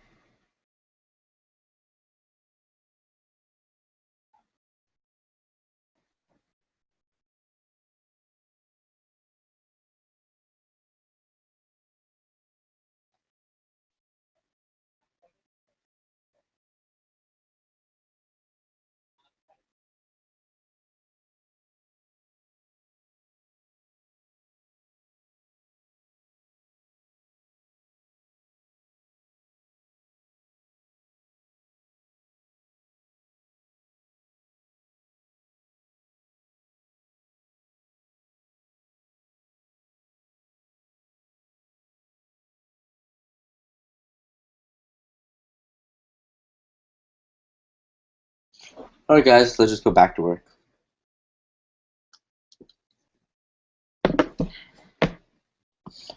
Alright, so questions 8 and question 9, right? Okay. Question 8 and question 9 refer to the following information. The 5 Benton children each arrived from school at different times. Alright, so again, another sequencing game. We're putting things in order. So let's do it. 1, 2, 3, 4, 5, right? Now we know that, well, now we know what. So let's say this is earliest. So that's latest. Got it? Now, Alicia arrives before Jim, but after Renee. So Alicia, I'm just going to do my work on the side. Alicia arrives home so earlier than Jim, so Jim is later, and then after Renee. Renee arrives home before Robert, so Robert is somewhere over here, but after Martha. Robert arrives before Jim. Okay, so we know that Robert could be here, or Robert could be here because he arrived before Jim. Got it? So we know that M goes first, then Renee, because Renee arrives home before Robert, and then Robert could be here, or A could be here, Robert could be here, or A could be here, and then J. Well, let's take a look. Which child is the last, or which child is the latest? Jim. Everyone got that? Not so bad. Moving on. 9. Which child is the second one to arrive home from school? Well, this is the first earliest, this is the second earliest, and that's Renee. Got it, guys? Once you have a good diagram, that's all you need. Got it? You don't need anything else. Just have a good diagram, and then the questions are easy. Moving on, number 10. Max, Juan, Larry, Ellen, Olivia, and Pete are seated around a circle table with exactly 6 chairs. And whenever I have like circular stuff, I always want to draw it out. So lucky for me, I have a circle tool, so I can draw perfect circles.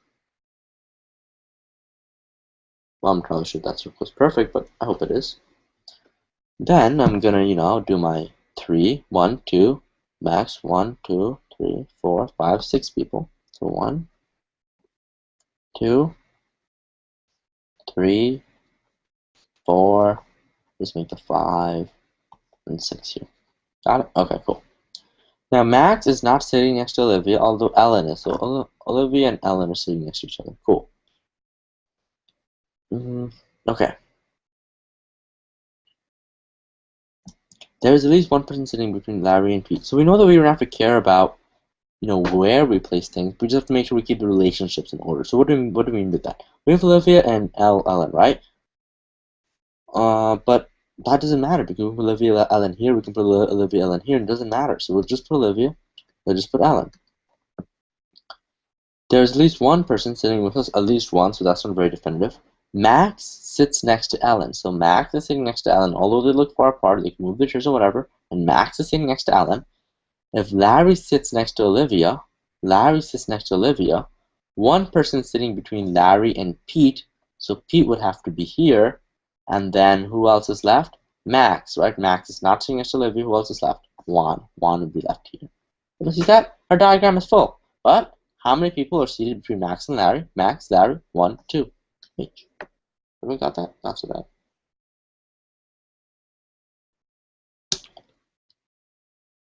Moving on.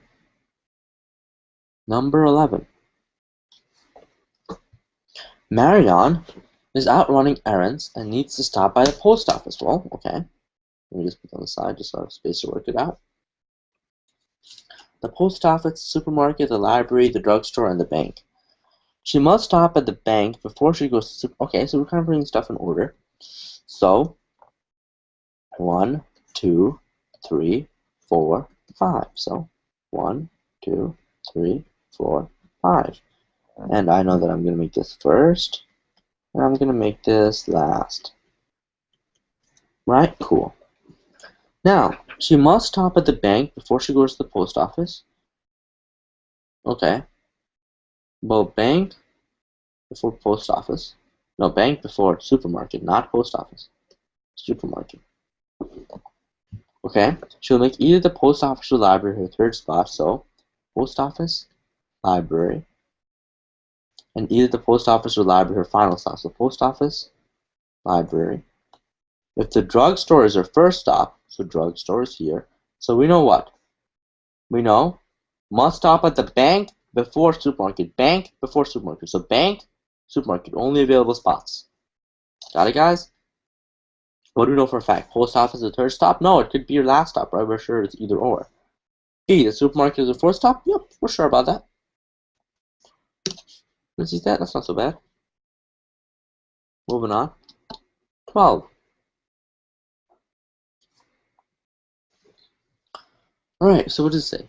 Dwayne has received job offers from 4 different engineering firms, and he must decide which offer he will accept. Okay, so we have higher salary, fringe benefits. Okay, so we kind of like make a 3-way chart here. A, B, C. That could be helpful, but the thing is, we have 3 things and there's more and less fringe benefits, so that might not be so helpful. What I want to instead create is more like a 3-line thing now that I think about it. So, you know, this could be like salary. This could be like maybe fringe benefits. I think those are the only 2 things. And now we can compare them. We can say this is more, most, and we can say that's least. Right? Always create that kind of a scale. Now, firm A is offering a higher salary than firm B, so A, B in terms of salary, and more fringe benefits than D. Oh, there's 4, so 1 more. Okay. Firm C is offering lower salary and fewer fringe benefits than firm A. Okay. Firm B is offering lower salary and more fringe benefits than firm A. Okay, well we know that what? Firm A is offering more benefits than D. We know that firm C is offering fewer benefits than A, so A is still more than D and C. And we know that firm B is offering lower salary and more benefits than A, so we know that B has the most, and then A, right, because B has more than A, and then A has more than D, but A also has more than C, so we're not sure if D has more than C. We're just going to, keep that for now. That way. Everyone sees that? Does that make sense? Now, let's take a look at the salary now. A is offering a higher salary than B, so A has higher than B. C has lower than A, so still A has more than B and C. We know that B has less than D. Okay, well we know that A has more than B, so A is more than B. We know that A is also more than C. We know that B is offering lower than D. So B, which is over here, is offering lower than D, but D could be here, right? So we're sure that what? That B or C could be here, B or C could be here, and we're sure that A or B could be here, and A or no, we're not sure if A or B could be here actually. We know that A has more than B. Got it? So since B is less than D, whoa. Let's restart a little bit. It's getting a little bit complicated. Let's restart a little bit. We know that A has more than B. We know that C has less than A. And we know that B also has less than D, right? So B has less than D. So D could be here, right? Now we know that A, we know that in terms of this, right? We know that A has the higher salary, right? We know that D could also have a high salary. We're not sure who placed first there. But we know that we have B there, but that could be A slash D also because they take both places. It could be B slash C and B slash C. We're not sure if B has more than C or C has more than B. Got it, guys? So that's a lot of weird stuff on the salary end. Based on the information, which of the following must be true? F, firm B offers the most fringe benefits. Is that true? That is true, and you don't really have to do much work there. Got it? We don't have to worry about all that salary stuff. Okay, we're done with that page, right? Now, what are they saying? Oddball questions. Okay, yeah, so there's some, some scheduling questions. Not really oddball, but okay. Translation, code games, we know that. Okay, we're going to go over that right now. We're going to get to that part. All, some, none, okay? The Venn diagrams kind of thing. Grouping, alright. Practice that over here. Alright, let's see how we do these. Can I make it any bigger? Yeah, I can't. Well, that doesn't really help because it doesn't give me enough space to really write. I would say that gives me more space to write. Okay. Now, Kim and Phil have 3 sons, all of whom are planning to attend a 4-year college. The eldest son, Michael, will enter college this year. He is 2 grades ahead of Jamie, the middle son, and John, the youngest, is 3 grades behind Jamie. Okay, so we know what? We know that eldest son. Well, what does the question ask? How many years will Kim and Phil have at least one son in college? Okay, well, we know that what? Michael has 4 years left, right? He is 2 grades ahead of Jamie. So let's not think about it that way. Let's actually think about, like in terms of years, right? So year 1, year 2, year 3, year 4, year 5, just do year 6 maybe. I guess we need a little more than that. We'll just do 1, 2, 3, 4, 5, 6, 7, 8. We know that Michael is going to be attending college these 4 years. We know that Jamie is 2 grades ahead of Jamie, so Jamie is going to start attending college over here. Then we know that what? John, the youngest, is 3 grades behind Jamie. So 3 grades. So he's going to start here, but Jamie is going to start all the way over here. Right, because it's 3 grades behind. So John, and then John. Right? And then your correct answer, you're left with 9. Right? You're left with 9 kids. Right? Left with 9 kids. 9 years. 9 years that they have at least one kid.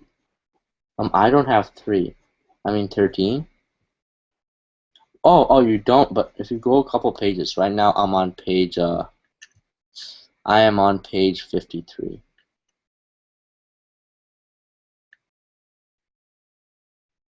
Dude, just flip a couple pages. You'll get there. Like I had to. Alright. Number 14.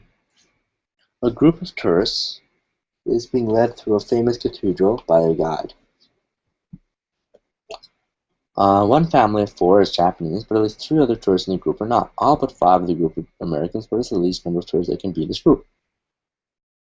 Okay, well, we know that 4 people. Guys, if you flip a couple pages, I'm sure you'll get to 13, number 13.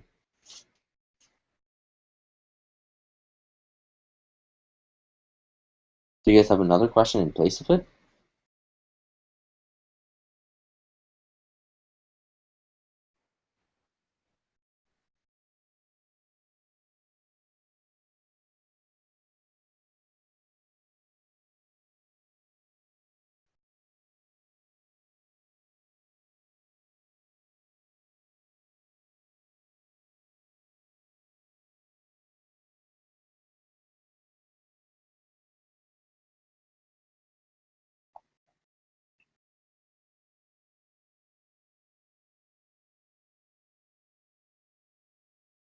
Thank you, Mazad.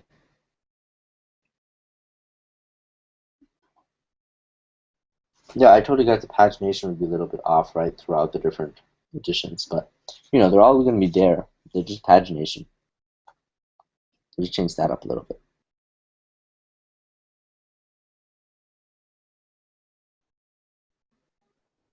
All right, so let's get work. So let's get back to work, right? I know that one family of 4 is Japanese, but at least 3 other tourists in the group are not. All but 5 of the group are Americans. What is the least number of tourists that can be in the group?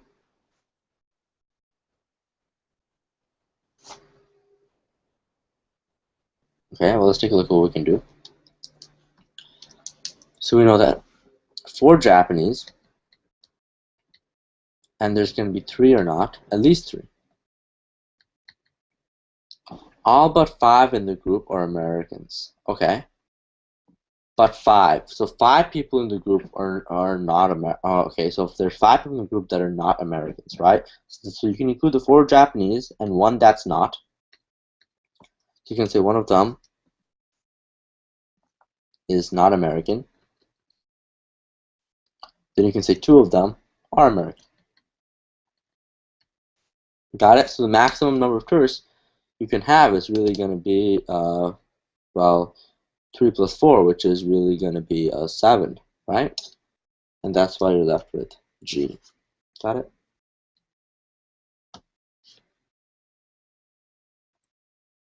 Moving on. 15. Some friends order a pizza that has 8 slices. Half are plain, half are pepperoni. All of the pepperoni slices are eaten. By a total of at least 3 people. The plain slices are eaten by only 2 of the friends. Okay. What is the greatest number of slices that could have been eaten by a single person? Okay, so half are plain, half are pepperoni. So that means there's 4 plain and 4 pepperoni. All of the pepperoni slices are eaten by a total of at least 3 people. The plain slices are eaten by only 2 people. What is the greatest number of slices that could be eaten by a single person? Well, we want 1 person eating the most number of slices. Well, if 3 people ate the pepperoni, well, 3 people ate 4 slices. The most 1 person can eat is really 2, right? 1 person ate 2, and then the other 2 people ate 1 each, right? 2 plus 1 plus 1 is 4. So most someone can eat is 2. Then in the plain slices, we know that are eaten by 2 of the friends. Well, if 2 people ate 4 slices again, right? The 4 plain now. Well, 1 person can eat 3, and the other person can eat 1, right? And that would create the most number of plain slices. Well, you know that. Well, what if it's the same person eating the pepperoni and the plain? It doesn't say they're different people. So 2 plus 3 is 5. The most number of slices that someone can eat is 5. They can eat 2 pepperoni and 3 plain. Got it, guys? Moving on. 16. Code games. Zoom back a little bit. Alright, what's the thing we do for code games, guys? We always look at the 3rd rule, right? The first 2 rules never change. The 3rd rule is the one that always changes. So let's do it. In the code below, each letter represents the same word in each of the 4 sentences. Each word is represented by 1 letter only. In any given sentence, the letters may or may not. Now, yes, you only pay attention to the 3rd rule. The other 2 always stay the same. So may or may not appear in the same order as the words to represent. What does that mean? That means that since H is on top of Apu, H cannot be Apu. Since C is on... Oh, no. Because it says may or may not, that means that H could be Apu. H doesn't have to be Apu. Because C is on top of watches, C could be watches, but doesn't have to be watches. It's kind of like the useless one. The may or may not is the useless one. Which letter represents cable? Now, what's the process? Well, you have to figure out which sentences have the word cable. Well, 2nd sentence, over here, only the 2nd sentence. Now, which letters are only in the 2nd sentence? How about G? No, G is in the 1st sentence, and there is no cable in the 1st sentence, so it can't be G. How about B? Well, B is not in any other sentence, so that's the possible option. How about E? Well, E is in the sentence with cable in it, and E is also not in any other sentence. Right? E is also not in any other sentence, so it could be E. How about J? Well, F actually. Well, it can be F. F is here and there's no K. But it could be B or it could be G or H, which is B or E. And we're not sure which one, so K is the answer. Good job, Samaya. Moving on, number 17. In a foreign language, Nair Kojak means big yellow taxi. Shahjak means big house. Well, and okay, so you're trying to find which word means yellow. Well, let's take a look.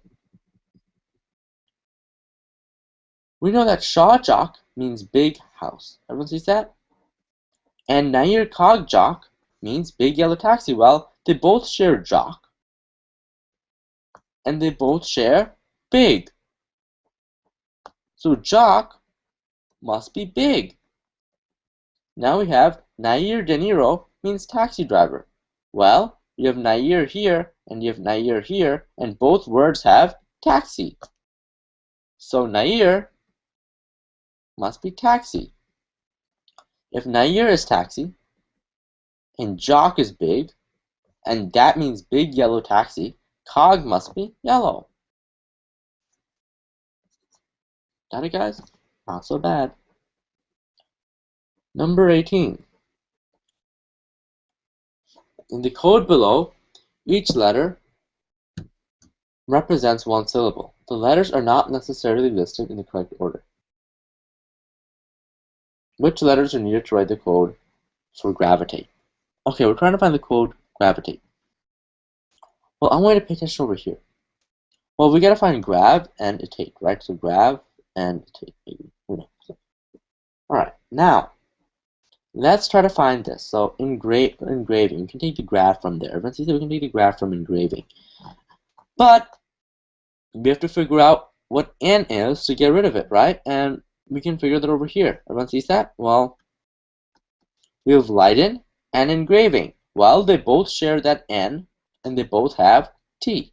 So t must be equal to n, and if t is equal to n, that's t.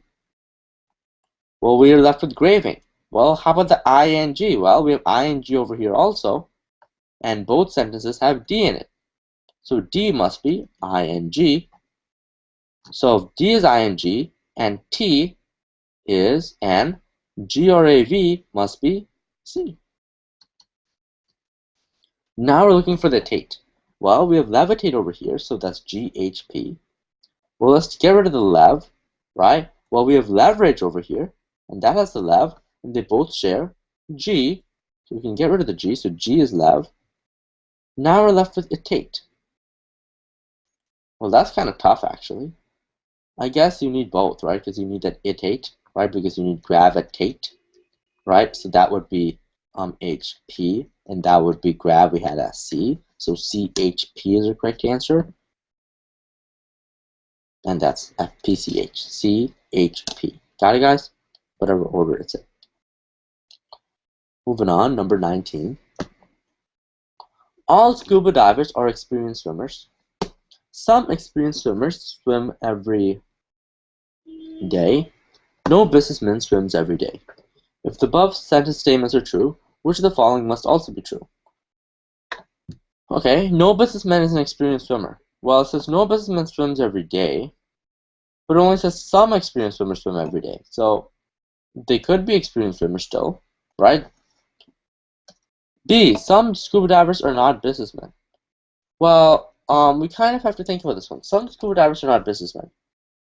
Well, we know that all scuba divers are experienced divers. Some experienced drivers swim every day. And no, some scuba divers are not businessmen. Well, they could all be businessmen, right? We're not entirely sure. Never said scuba divers are not businessmen, right? Or some of them are not. It sounds plausible to think some scuba divers are obviously not going to be businessmen, but that's not suggested by the question. All of those who swim every day are scuba divers. No, that's not what the question says. They say that some experienced swimmers swim every day, but not all do. And that's not what C says. C says everyone who swims every day is a scuba diver. But that's not quite the case. It never says about everyone who swims in a day. How about D? Some scuba divers swim every day. Well, yeah, because that must be true, because all scuba divers are experienced swimmers, right? And some experienced swimmers swim every day. Well, that may not be true if all scuba divers could also happen not to swim every day, because it only says some experienced swimmers swim every day. What if, like, if it said all experienced swimmers swim every day, then D would be correct. But it only says some experienced swimmers swim every day. So that would mean that, you know, that that all the scuba divers could be in the group that that don't have any experienced swimmers. The answer is E, actually. Some experienced swimmers are scuba divers. That makes sense, because some experienced swimmers, it says what? All scuba divers are experienced swimmers, right? And that would make sense to say that some experienced swimmers are scuba divers, obviously, because you have the set of experienced swimmers,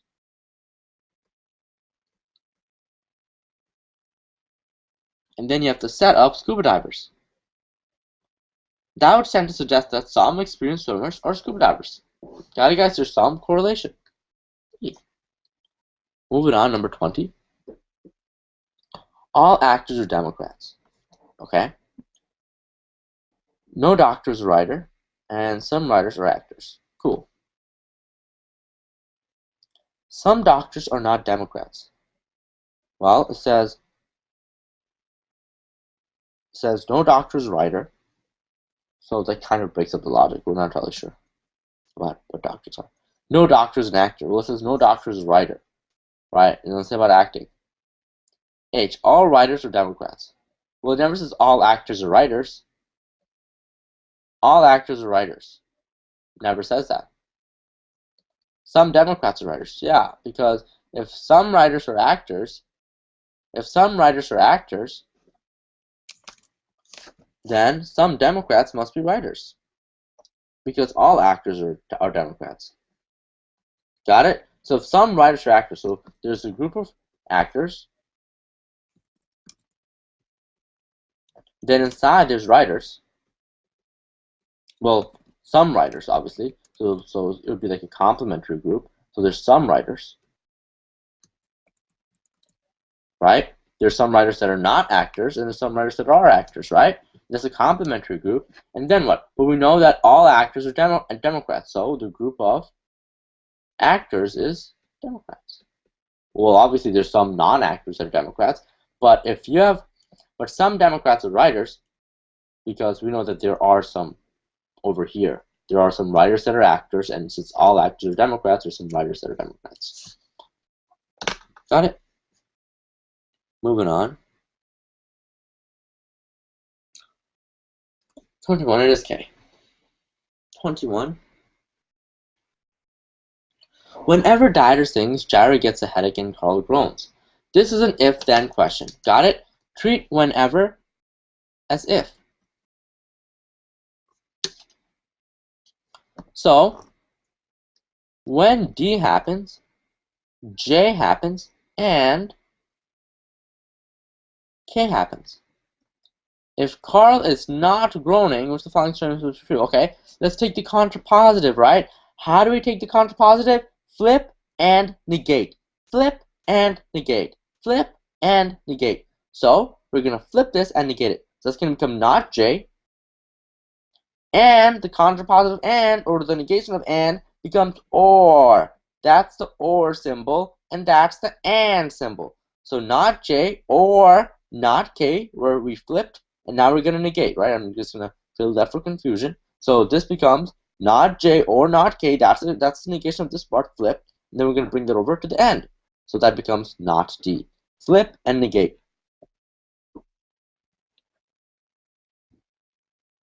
Now we know what?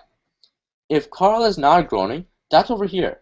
Now we know if that not J happens or not K happens, not D must happen. We need one of them to happen. We need not J or not K to happen, and then not D happens. Well, not K happened, therefore not D is happening. So what's D? D is Dieter sings. Well, that must not D must be Dieter is not singing. And which answer choice says that? E. 22. Since the bill to institute reform in business practices passed in the Senate, it must have been supported by a majority of the senators. Which of the following most clearly leads to the above conclusions? Well, it says what? So the bill to reform business passed in the Senate, it must have been supported by a majority of senators. So because a bill passed in the Senate must have been supported by a majority of senators. All of the senators supported the bill. Well, we know if all is, it's just as a majority. Well, we don't know about other bills. Only bills that are supported by senators can pass in the Senate. That is precisely what is the correct answer. Right? Well, let's take a look. Just to double check, we'll take a look. Yeah, they're supported by the majority of the senators can pass in the Senate. That's how we can assume this. Only bills that are supported by a majority of the Senate pass in the Senate. 23. The partners of the law firm all eat at the Doylestown Country Club every Friday night. Joanne eats at the Doylestown Country Club every night. Therefore, Joanne may be a lawyer in the partner of the law firm. Now, that's kind of like bad logic, because just because someone eats at this country club on Friday night doesn't mean that they're part of the law firm. Just because the part of the law firm, partners of the law firm, eat there doesn't mean that everyone that eats there on Friday night is a partner of the law firm. So how about A? We're trying to see which one has the same logic. Every baseball game umpire has played a game in his youth. Okay, Vito is a baseball game. Vito is a baseball umpire. Vito's probably played a game in his youth. No, we know that Vito has definitely played a game in his youth, and that's not quite what this is assuming. This is a bad assumption. It's an assumption that well, it says may. It's not necessarily a bad assumption, but it kind of says, because certain people do something, everyone that does that something must be certain people. People who have always lied look guilty. Matthew looks guilty. Therefore, it is possible that say may that Matthew lied. Yeah. Just because Matthew looks guilty doesn't mean that he has lied, right? See, the surgeons at a hospital all operate in the morning and play golf in the afternoon. Ben is a surgeon and operates in the morning. Therefore, he probably plays golf in the afternoon. Well, we don't know if he's a surgeon in a hospital, but at the same time, here he is doing the action. If you wanted to have the same logic, it would be the fact that Ben is a surgeon. Ben operates in the morning and plays golf in the afternoon. Therefore, Ben may be a surgeon. That would be the same logic, because just because he does the actions makes him the actor. That's not really quite the case. And D and E are off topic. Now, does everyone understand that? That's kind of difficult, actually. B is kind of difficult. B kind of says, okay, follow the logic, right? And in the logic, right? In the logic, you kind of have to see what? You kind of have to see that, that just because partners at a law firm eat at a certain place on Friday night doesn't mean that other people don't have that same ritual of eating at that same place on Friday night. What if partners at a construction firm also eat at that place on Friday night? Got it, guys? And that's why B is right. Just because the person looks guilty doesn't necessarily mean he is guilty. But that's what B kind of is the opposite of. People who have lied always look guilty. Matthew looks guilty. Therefore, it's quite possible Matthew is guilty. Oh, that is guilty, but it's lied. All right. Now, that's the entire logical reasoning section, I believe, right? I believe we went over the entire logical reasoning section. Now we have to move on to we can look at the answer key if we need to. We have to move on to the reading comprehension. Got it, guys? Let's take another 10-minute break, though.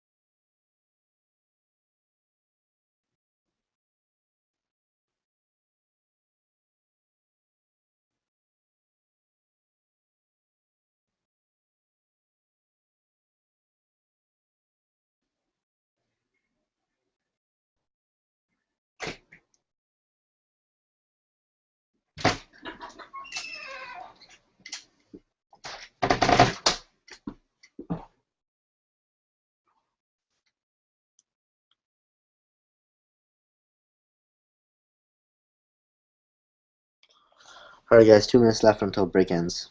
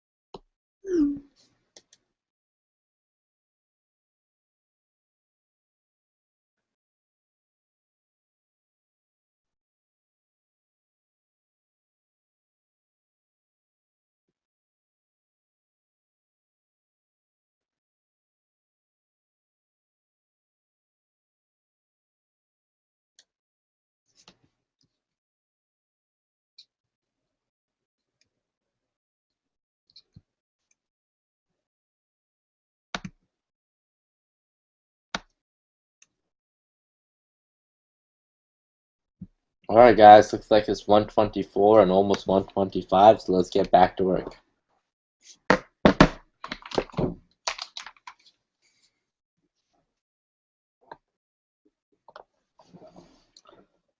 Alright, let's do this.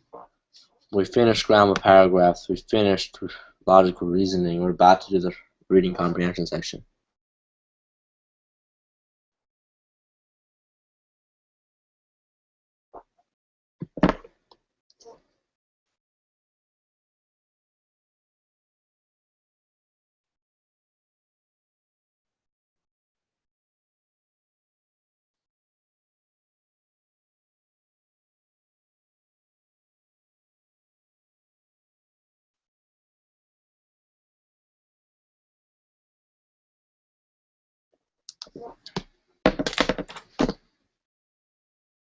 Alright, ready guys? Hope you're excited. Let's do this. Alright, just gonna zoom out a little bit just so we have a little more space. I believe we're at the questions. This is just some instructional stuff. Please feel free to read it on your own time. I feel like some of the stuff is actually pretty good. Right, whoa, there's not really much reading comprehension question. In fact, if I'm looking at the answer correctly, there's like 6. Why not actually, guys? Do the reading comprehension on your own, got it? And then we're gonna go over it. All right. So do the reading comprehension independently, and then we're gonna go over it. Got it, guys? I'll give you guys like 10 minutes. All right, let's do it.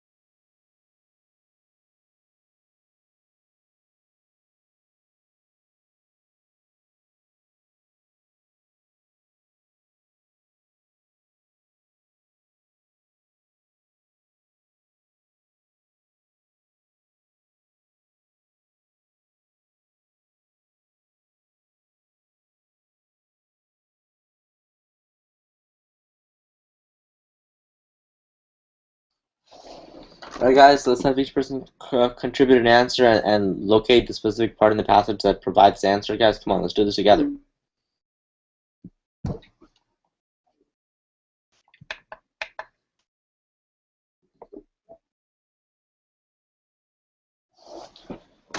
Just go all the way to the end of the reading comprehension section, and you'll find it right before the let's ready to go. On mine is page 75, but obviously the pagination is off.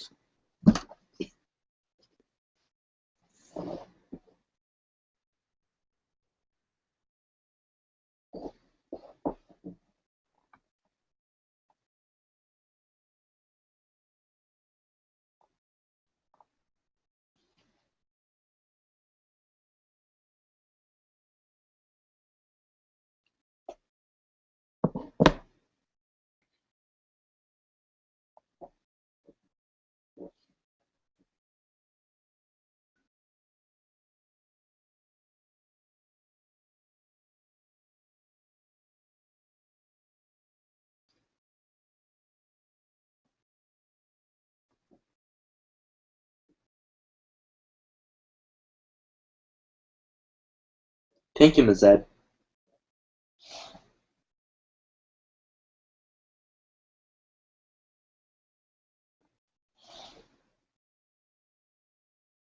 Guys, come on, let's all do this, right? When one person contributes an answer, the next person contributes the next one. Got it, guys? I want each person to contribute one answer and locate the part of the passage that explains the answer. Got it, guys? Let's do it.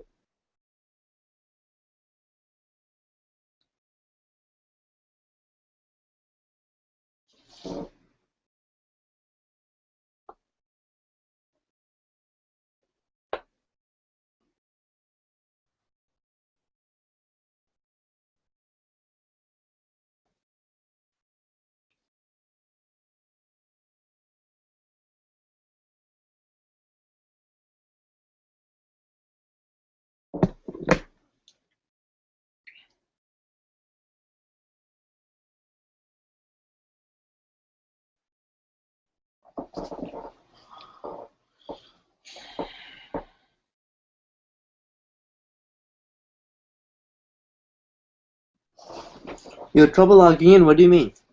Let me see.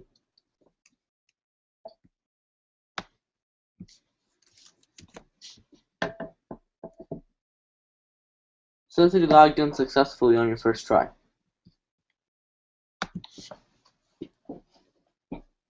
Guys, come on. Let's do the reading comp.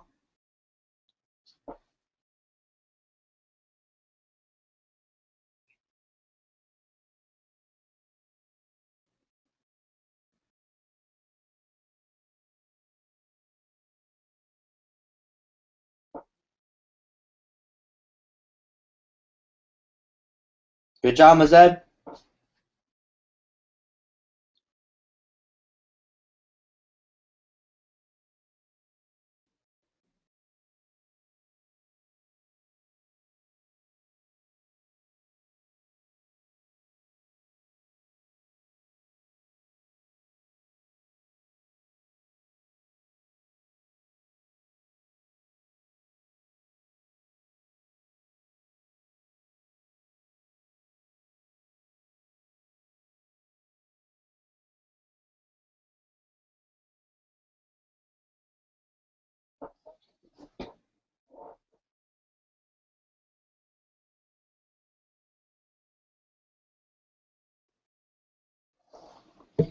Good job, Naima. Naima, I'm pretty sure he's watching it from the beginning. Who? Oh, wow. Javid is watching it from the beginning. I can't help him. Well, oh yeah, because he has updated questions. I can help him, actually.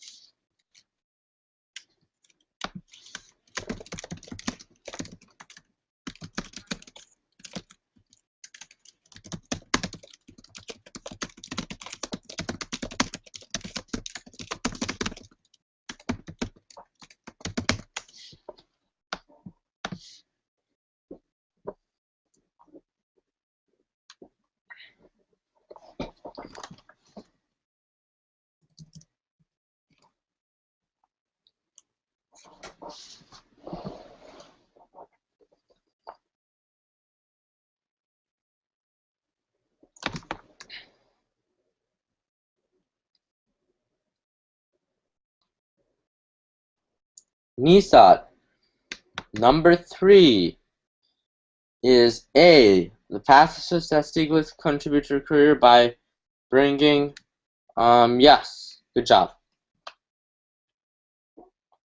Okay, good job, Javid.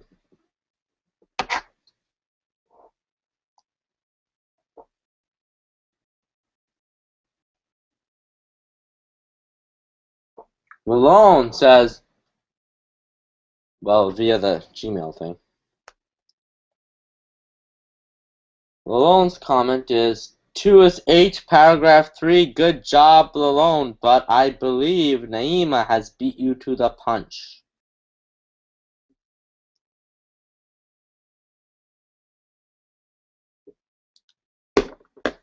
Guys, come on, everyone participate. Let's do this together.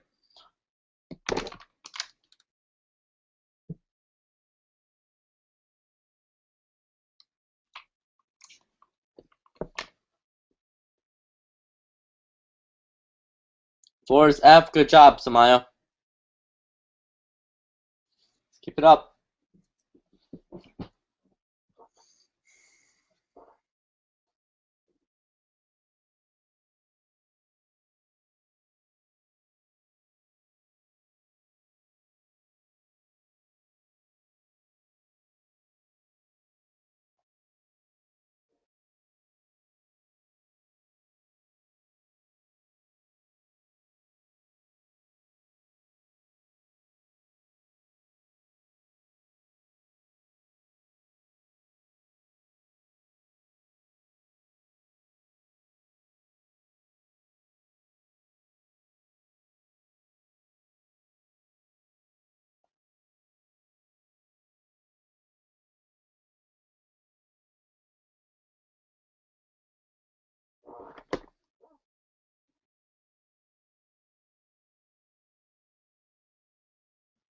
Guys, come on. Let's finish this up.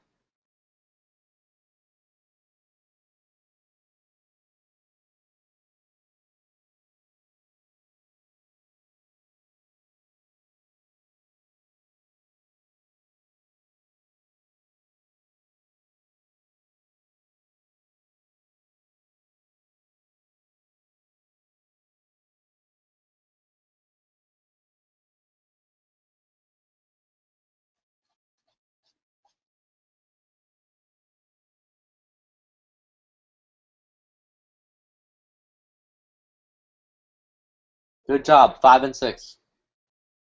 Well, 5 is done, both of you. But 6, guys, number 6 and Jita. So I already did 2, I think. Javid, you were beaten to the punch.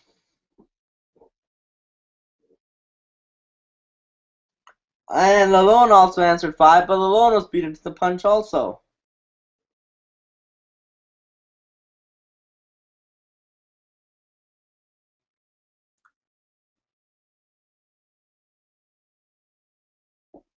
Good job. Good job, Samaya. There's like 3 of them. Alright. Looks like we are done with the reading section, and we're moving on. We're moving on to the SHSD math section. Got it, guys? This is great. This is wonderful. This is the SHSD math section. Now, those of you, what I want us to do is actually for the math, I want us to be able to do these questions on our own and then go over the ones that we had trouble with. Got it? Do the questions on your own and then go over the ones we had trouble with. Alright? So let's take a look at the math questions. We're up to here. I'm up to here. I'm looking at the arithmetic section. I am at the arithmetic review. So let's say arithmetic review on the top right hand side of the page. Got it, guys? Arithmetic review. That's where I'm at. Well, I'm trying to get to question number 1. That's being a little bit difficult for me. It's over here. It says practice set, and this is SHSD math over here. That's where I'm at. I'm at page 106 on my edition, but obviously it's different pages for your editions. But those of you who has done this already, who has done this, who has finished this already, who has said, you know, who has been able to finish the book by today, guys, come on. So I'm realizing that, you know, that we are a tack behind schedule. You know, just a tiny bit, I believe. Because there's going to be 46 questions over here, and there's going to be 3 or 4 of these. So we are a tack behind schedule. So what I want us to do is call out questions that are difficult. Got it? On this practice set, be like question 2, question 3, question 4, question 5, or question 8. You know, call out questions that you found difficult. Go to 112. I believe that is the correct page for the newer editions. I believe that's what Java is referring to. Guys, so come on. Give me questions to do, guys. I want you guys to have already done this, right? I want you guys to have already attempted every single problem, and then we can go over the difficult ones.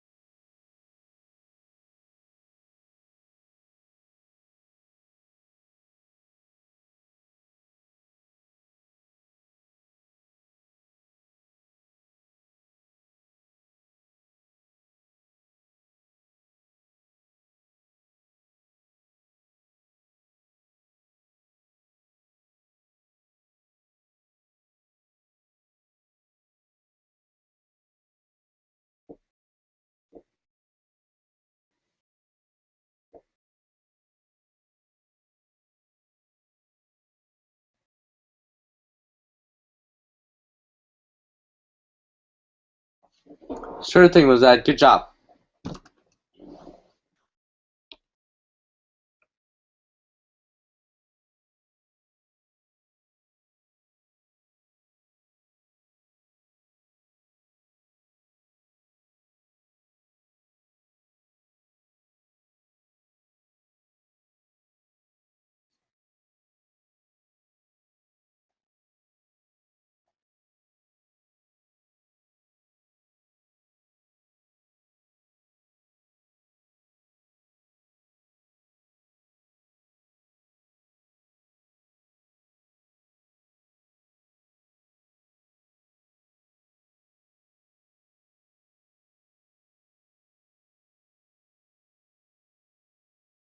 Guys, I'm waiting. Come on, shoot me questions.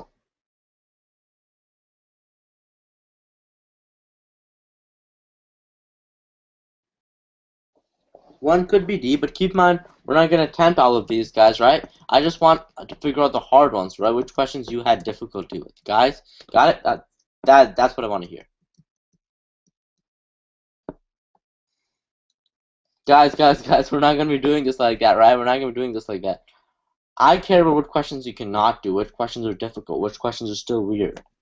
Got it, guys? I don't care about questions that you know how to do. Which is great, though, but still.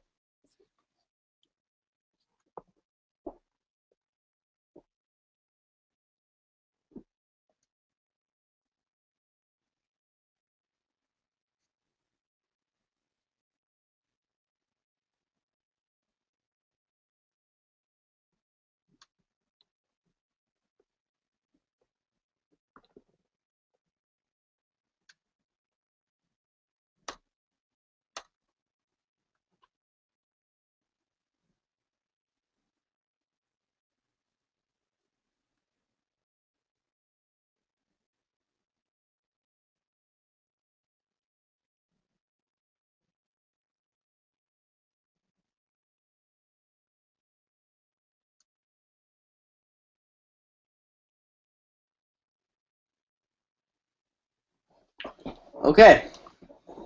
26, 29, 34, Mazed. Let's do this, alright? Alright, let's see what we have here. Number 26. 26, I'm excited now. 26, let's do this. 4x to the fourth divided by 2x squared. Got it? This is easy. 4x to the fourth divided by 2x squared. Now, right? Here's what I'm going to do. 4 divided by 2 is just 2. X to the fourth divided by x squared is just x squared. I'm left with 2x squared on the top, right? Remember your exponent laws. A to the m divided by a to the n is equal to a to the m minus n. Got it? So let's see, 2 to the fifth divided by 2 squared, that's equal to 2 to the 5 minus 2, 2 cubed. Got it? 29. 29 looks like Mazed and Naeem had trouble with this. Let's take a look here. A triangle B is equal to 3 times A over B. What is 14 over 32 triangle 1 and 3/4? Well, let's plug in 14 over 32 for A, and let's plug in 1 and 3/4 for B. So that's going to be 3 times 14 over 32 divided by 1 and 3/4. So how do I do that? Well, I'm going to be doing some keep change flip, but 3 times, just going to simplify the numerator, right? Just simplify the numerator. So it's going to be 12 over 16, which is just going to be 6 over 8, right? No, hold on. That's 14 over 32, right? That's going to be 7 over 16. Got it, guys? That's the only thing that can simplify.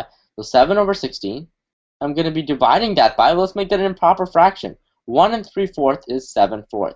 Got it? So that's 3 times 7/16, keep change flip. So 7/16 times 4/7. The 7th and the 7th cancel out, so I'm left with 3 times, well, what's left? 4 over 16. So 3 times 1/4. 4/16 is just 1/4.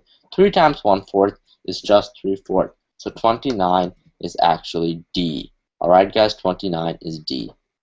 Hope that made sense. Number 34, square root 1500.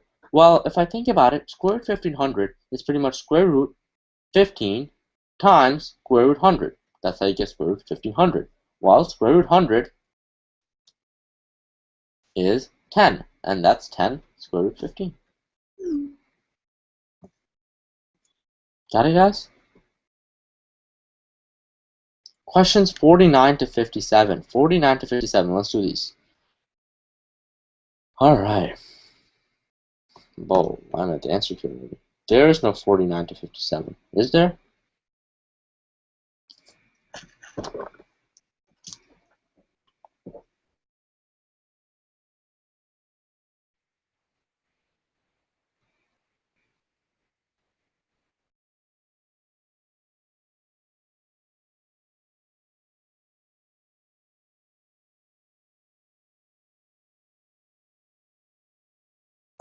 Malone, sorry, I was looking at the comments.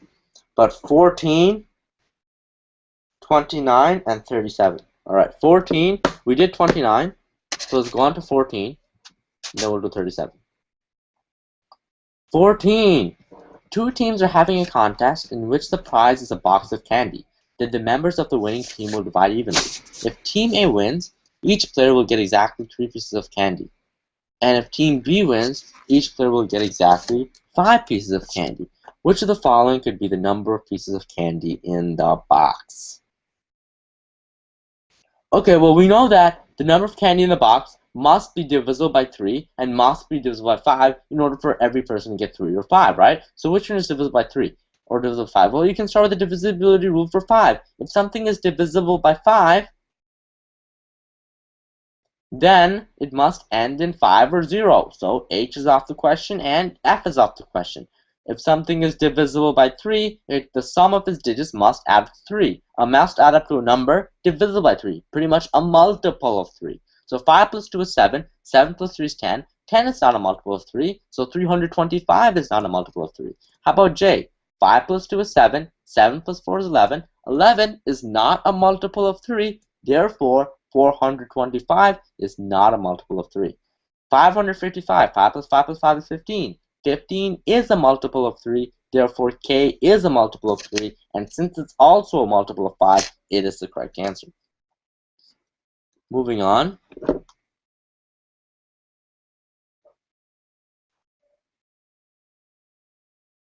$37. Alright, let's finish up 37.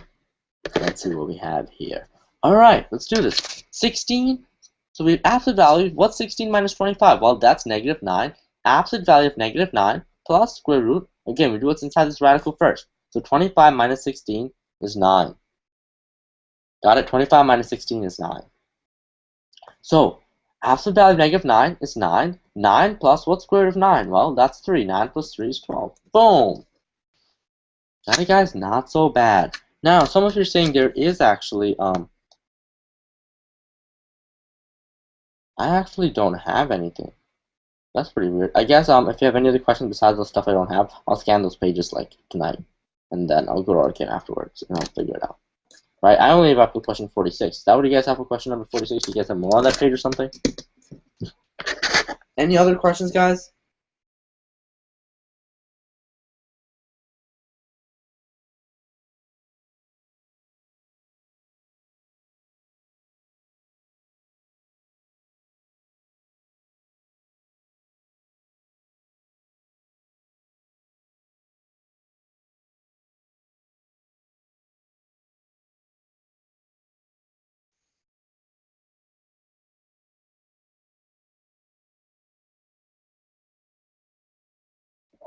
Any other questions, guys? We should have already attempted all of these problems, and we should have a list of problems to go over, guys. Come on. Any other questions?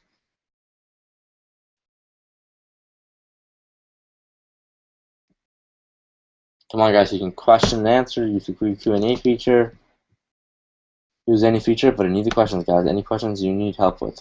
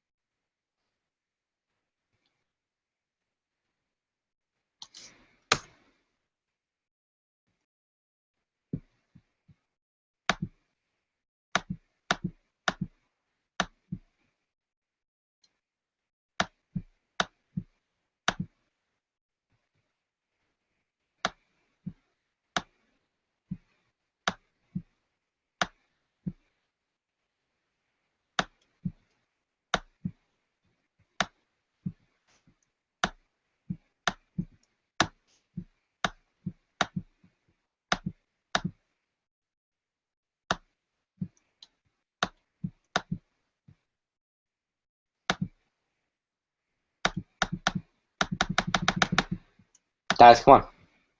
Any other questions?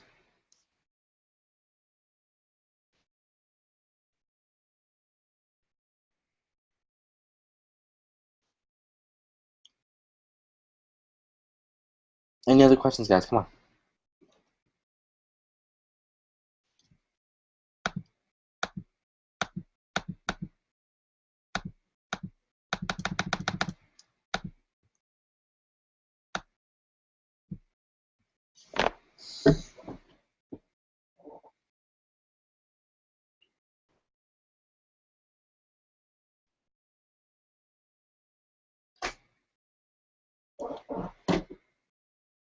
Number 41. All right, let's do number 41. Okay, let's take a look. What happened here? Okay.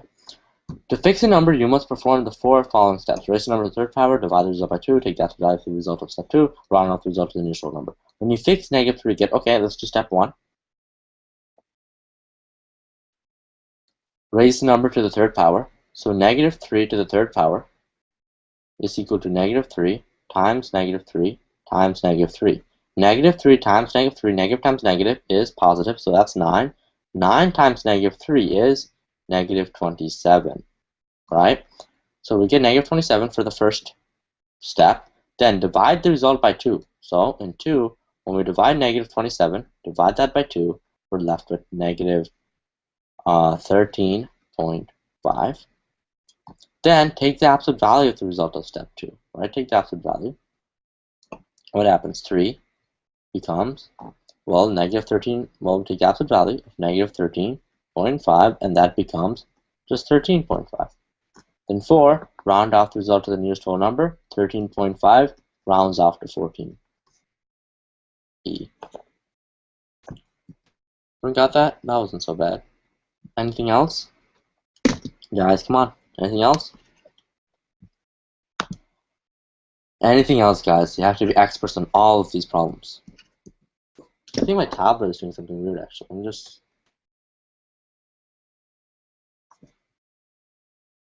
something weird, but that's fine.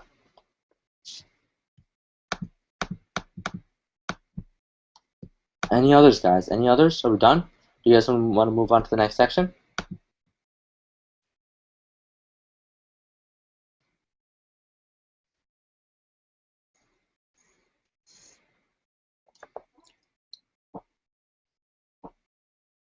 Any others, guys? I want you to look through all of these problems and make sure you know how to do all of them.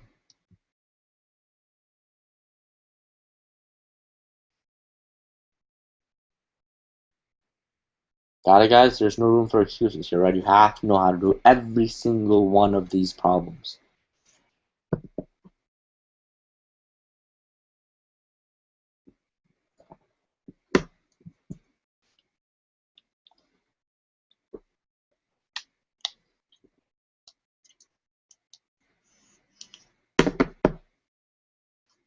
Alright, guys. Looks like we're going to move on. But make sure, if you don't know anything, if you have trouble with any of these questions, you have to let me know, guys. Got it? Alright, let's move on to the algebra section. Same idea, same idea. We're at the practice set here, practice set here. This is algebra review the basics. This is the basics, so it may not be as bad. But on page 122 for me, I want you to tell me which question numbers are giving you trouble, guys. Got it? Let me know every single question number. You have to do these books. Got it? You have to do them. Alright, let's do this.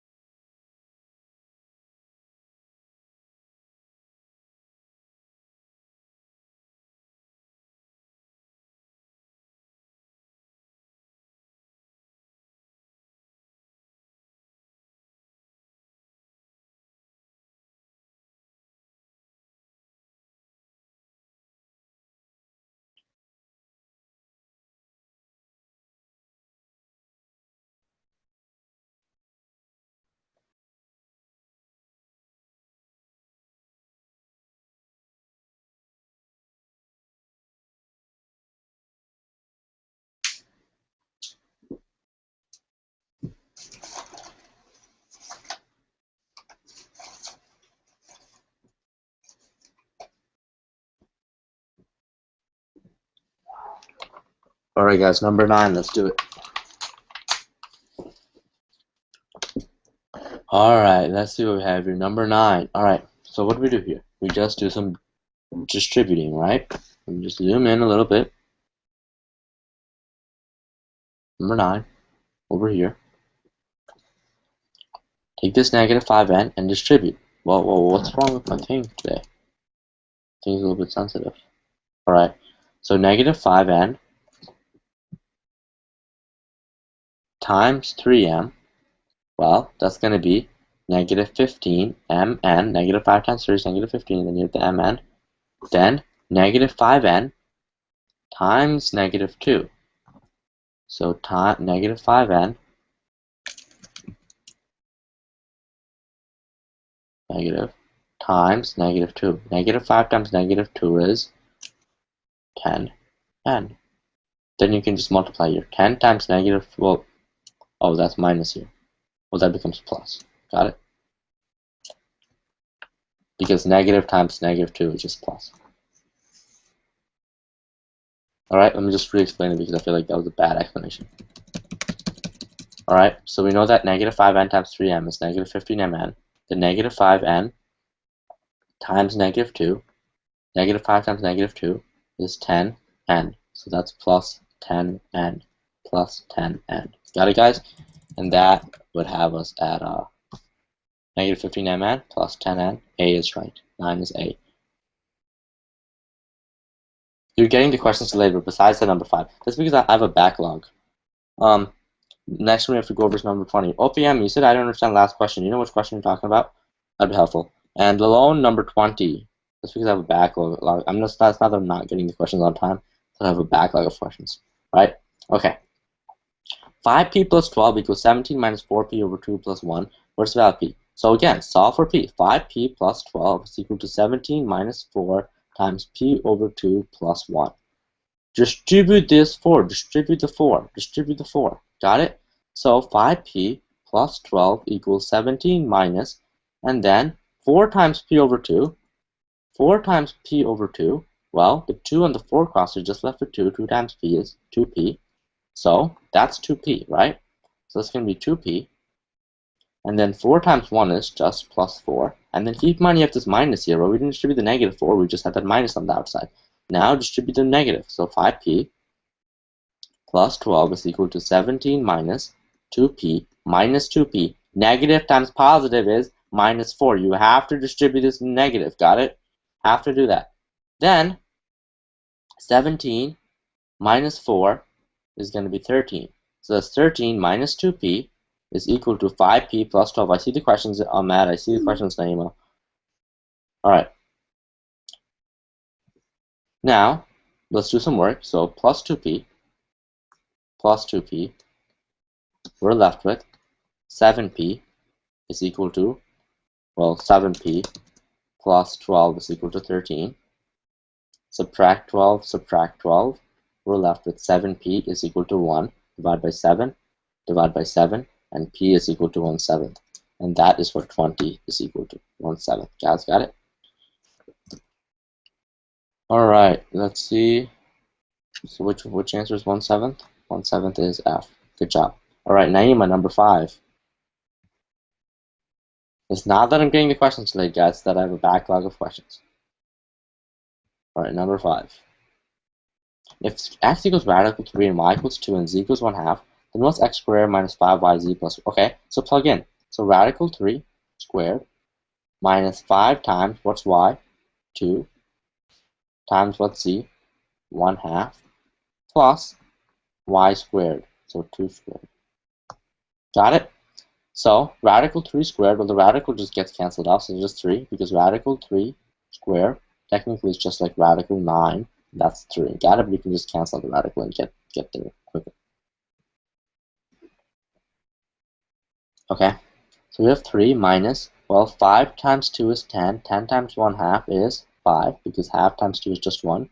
So 3 minus 5 plus, well, 2 squared is 4. So 3 minus 5 is negative 2. Negative 2 plus 4 is 4 minus 2, right? And that's just 2. Got it, guys? The answer, 5, is B. Got it? So just a lot of PEMDAS there. Moving on, number 21, Imran, or Ahmad. Actually, 21. Okay, 2x over 5y is equal to 6. We want the value of y in terms of x. That means we want y by itself and everything else, including x, on the other side, right? So we want y by itself. So I'm going to multiply by 5y, multiply by 5y. I'm left with 2x. 5y times 6 is 30y. Now I want y by itself, so I'm going to divide by 30. So I can get y by itself, divide by 30. Well, 2x over 30, or 2 times 2, just becomes 1, 15, right? It becomes x over 15 is equal to y. Got it? And that's A. Got it? Any questions? OPM, I remember you said you didn't understand a question, but I'm not sure which question. I'd love to answer it. Alright, guys. Any other questions, guys? Any other questions for that section?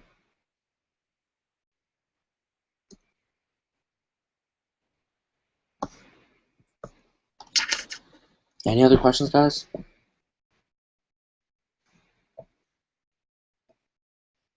But why? Which one? Which one?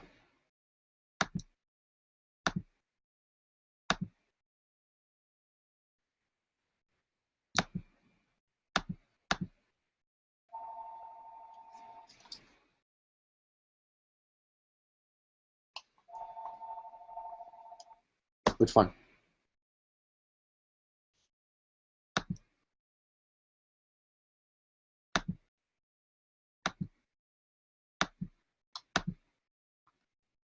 Which one, okay?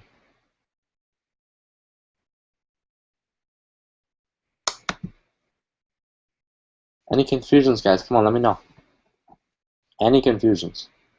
Number 8. Okay. X over y is equal to 2/5. We have to figure out, now x is 10. So let's just plug that in immediately. So that's 10. So 10 over y is equal to 2/5. Now we're trying to solve for y. Well, how you want to go about doing this is like cross multiplying. Got it? It's called cross products. So you can do 10 times 5, 10 times 5, so cross products is equal to 2 times y. 2 times y. So cross products. Got it, guys? 2 times y is equal to 10 times 5. Cross products. 10 times 5 is 50. That's equal to 2y. Well, we want y by itself. We want y. We only want y. We don't want 2y. So divide by 2, and y is equal to 25. Got it, guys? Any other questions? Whenever you have one variable, just by, like, we have two fractions, you have one variable, or even if you have two variables, you always want to cross multiply. Number 8, I got that. Okay, number 8. Any other questions, guys? Keep them coming.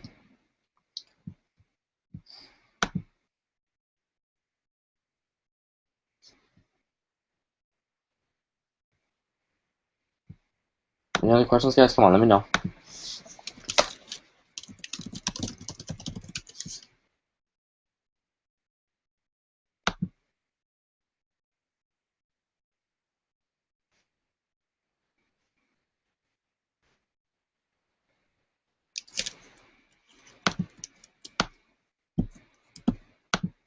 Number 18. All right, number 18. Let's do it.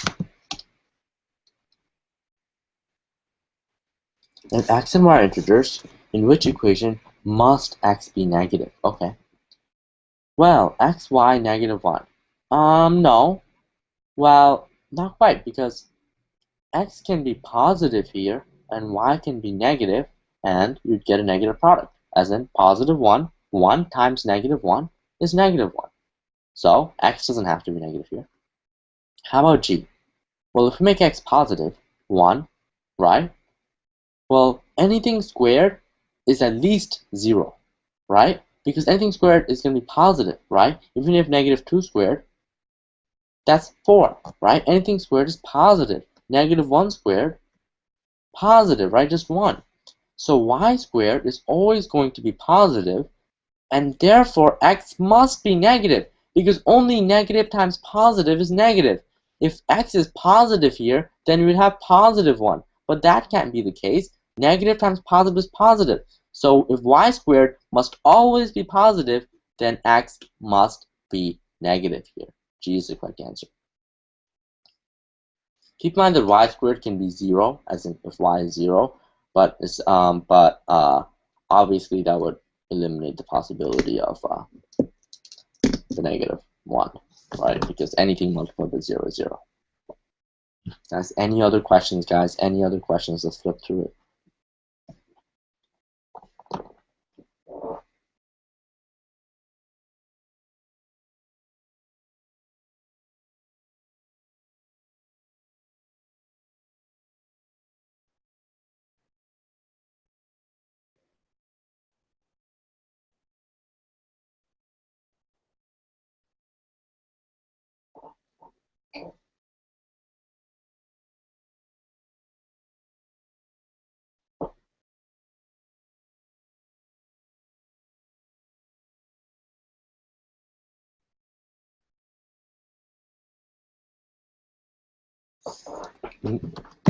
Alright, guys, any other questions? No problem. Any other questions? You guys want to go on to the next section? Alright, guys, keep in mind that even if we go on to the next section, we can still ask about a question in the previous section. Guys, it's very important that you understand all of these questions.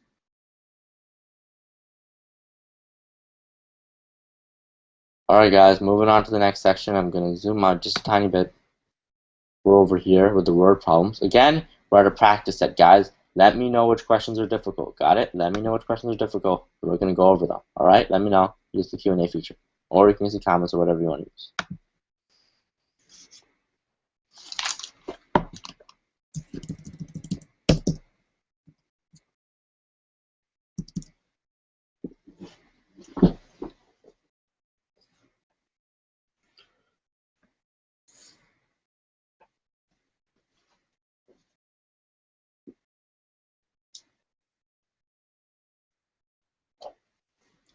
Alright, number 6. Let's go over number 6. Number 6. Where are we? Number 6. A worker earns $15 an hour for the first 40 hours he works each week, and 1.5 times as much for every hour over 40. He earns $667.50 for 1 week's work. How many hours did he work? Okay, let's take a look. Well, for the first 40 hours, he makes $15 an hour. So 40 times $15, well, 40 times 10 is 400. 40 times 5 is 200, and 400 plus 200 is 600. So he makes $600 in the first 40 hours. Now, he made $667 that week. So he made a little more than that. So $667.50 minus 600 is just equal to $67.50. So he made that in the overtime, right? 1.5 times as much for every hour over 40. So he made that much in the overtime, the $67.50. Now, how do we figure out how many hours he worked for that $67.50? Well, he made 1.5 times as much for every hour. Well, we know what? We know that 1.5 times $15 is what? Well, half of $15 is $7.50. So $15 plus $7.50 is going to be $22.50. And why is that important? That is his overtime rate. That is 1.5 times 15. So he makes $22.50 for every hour over 40 hours. Well, we know he made this much money. Well, we're going to divide $22.50 into $67.50, and we should get 3. Got it? That means he worked 3 hours of overtime. Got it? He did 3 hours of overtime. Everyone sees that? So he made 3 hours at $20.50, and he did 40 hours at $15 an hour. So 40 hours plus the 3 hours of overtime is 43 hours in total. Got it, guys?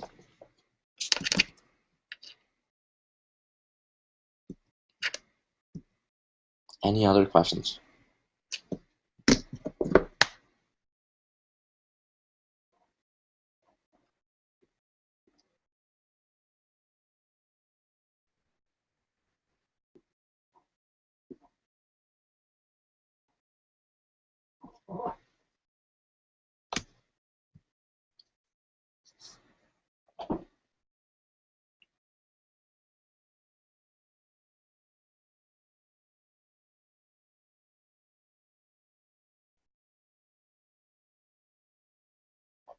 Good job, Lolo. Nice to see that you're working on ethnicity.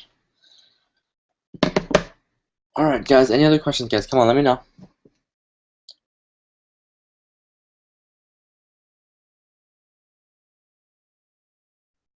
Number 28.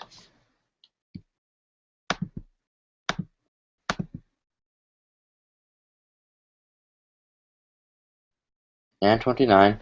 Are you a coach in Khan Academy? No, I've used Khan Academy in my earlier years for when I had to study for exams. I think well, I remember that well, when I used Khan Academy, that the videos are pretty short and they're pretty appealing. But I felt like, you know, some other people that are less known, like for example, if you're trying to learn calculus or like higher level math, Patrick JMT does a pretty good job. You know, so the idea is nice, right? And pretty much drew inspiration from that. But you know, let's see, 28 and 29. There is a problem, guys. There is a problem because I don't seem to have 28 and 29. Seems like the added questions, right?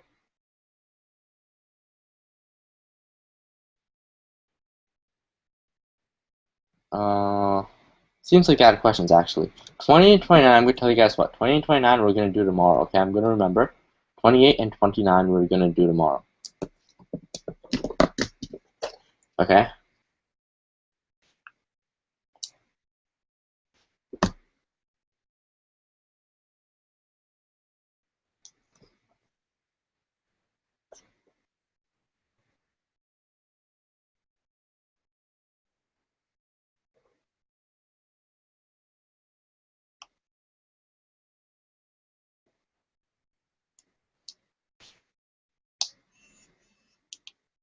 Twenty and 29 we're definitely going to do tomorrow. I'm going to scan the new book and do those questions. As for Tasneem, I prefer not to talk about that, but, you know, it is what it is.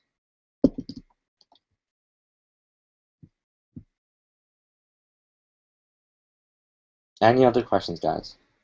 Before number 23.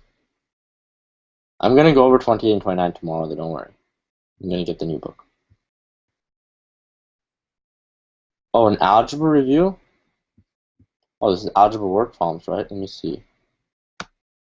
Moving on, that would be geometry, so I'm going to go back over here. That's algebra review. Alright, I'll do it over here. I don't have 20 and 29 here either. I'm just going to scan the new book on these, alright? 20 and 29 I'm going to scan. I'll get the new book tonight, and I'll finish them all tomorrow. Got it, guys? I'll do 20 and 29 on the new book tomorrow. Alright? Don't worry about it.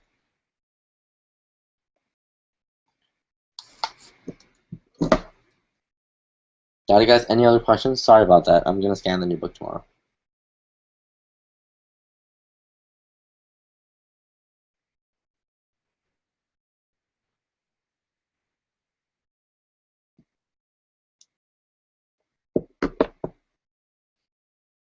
And 29 will be gone over tomorrow. Any other questions, guys? Doesn't want to move on to geometry?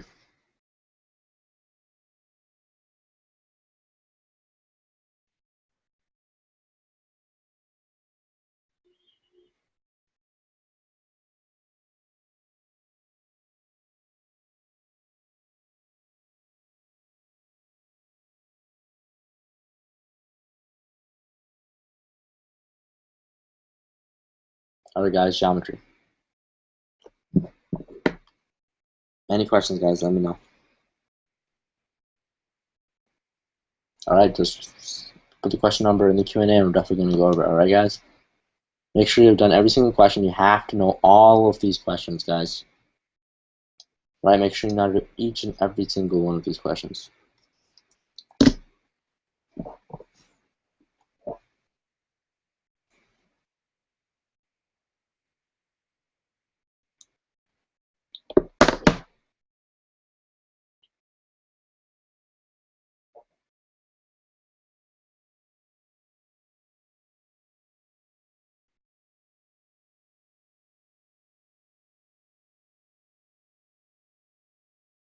Number 4, let's do it.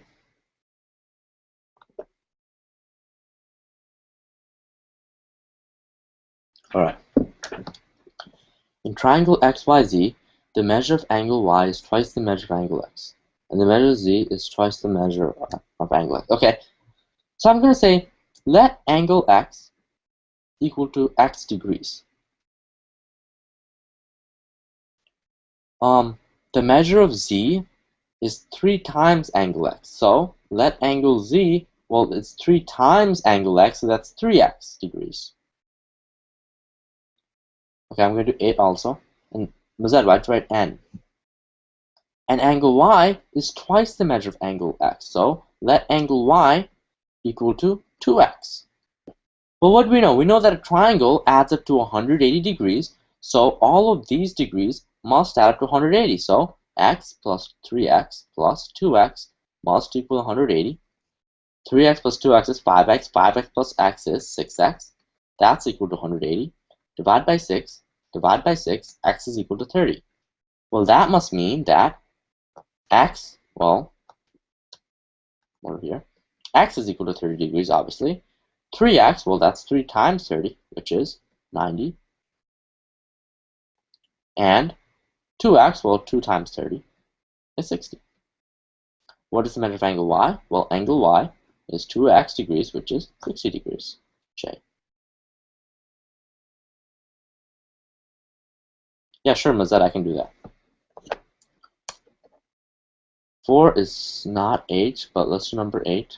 I hope 8 makes sense now. 4 makes sense. Let's do number 8. On a triangle RST, if RS is equal to RT, what is the degree measure of angle S? Well, angle S is over here. And we know that because these two sides are equal, the angles opposite them are also equal. So let's say I call this 8 degrees.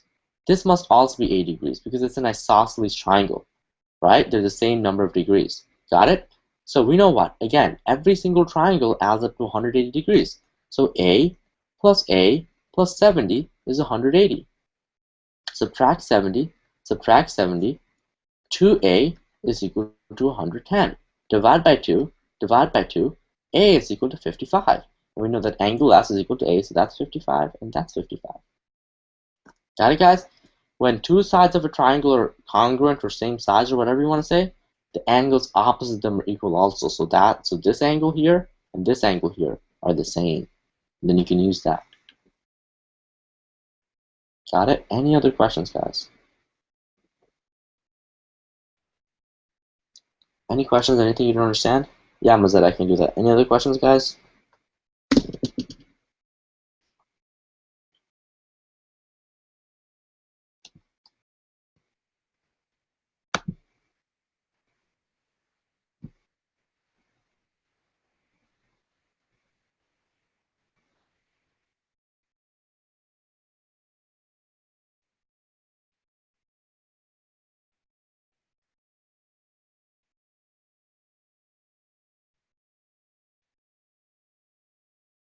Alright, guys, of course I can tutor all of you guys one-on-one, right?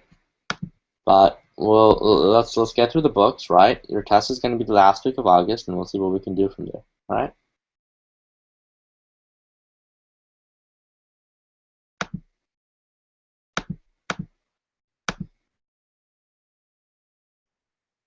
That's 7. I said 8. Oh, I went to number 7, not 8. Sorry, Sanjita. Alright. In triangle XYZ, what is the measure of angle at YXZ?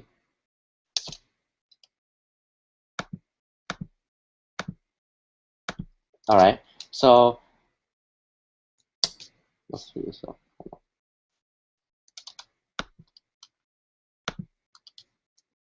Alright. What is the measure of angle YXZ? Well, we're looking at YXZ. That's this. Again, same process as number 7.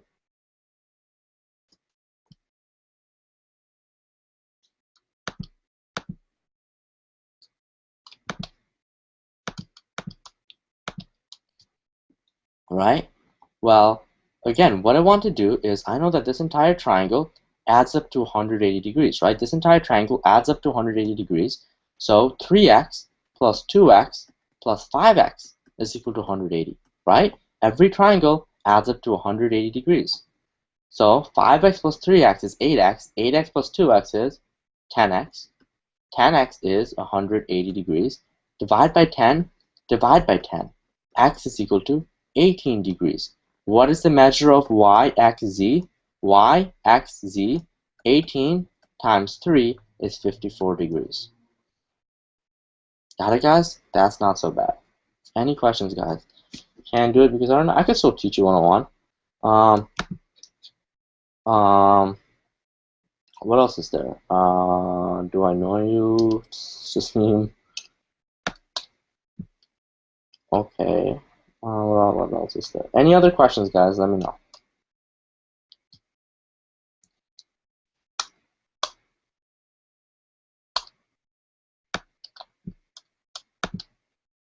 Hey, I just went over 8. Sanjita, sorry about that. Get H. Yes, 8 is number H. Got it? Every single angle, some of the angles in an equilateral, not in any triangle, not in just an equilateral triangle, but in any triangle add up to 180. So you can just 5x plus 3x plus 2x is 180. Then the algebra, the 5x plus 2x plus 3x adds up to 10x. That's equal to 180 degrees. Divide by 10, divide by 10. X is 18. But they don't ask you for x. They ask you for y, x, z. So y, x, z, that's this angle right here, right? And that's 3x. So 3 times 18, 54 degrees. Number 9. Okay, we can do number 9. If the perimeter of triangle ABC is 18, what is the length of AC? Well, the perimeter, that means the sum of all the sides, right? All the sides add up to 18. Well, look at the algebra. This is 3a minus 1, this is 2a plus 1, and this is 5a minus 2. So if I add them all up, 3a minus 1 plus 2a plus 1 plus 5a minus 2, they should all add up to 18. 3a plus 2a is 5a, 5a plus 5a is 10a, negative 1 plus 1, well, that's 0. And then you're just left with minus 2. That's equal to 18. Add 2. 10a is equal to 20. Divide by 10. A is equal to 2. So what am I looking for? AC. So AC is this. And that's, well, I kind of drew over it.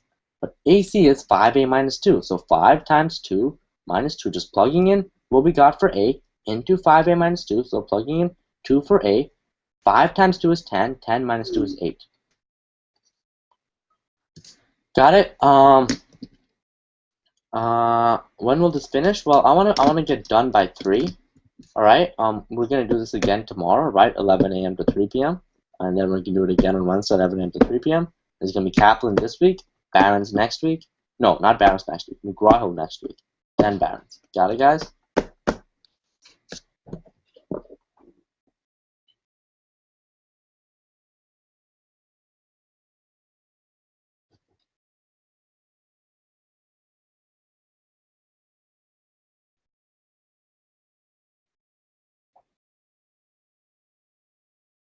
Guys, any other questions in the geometry section?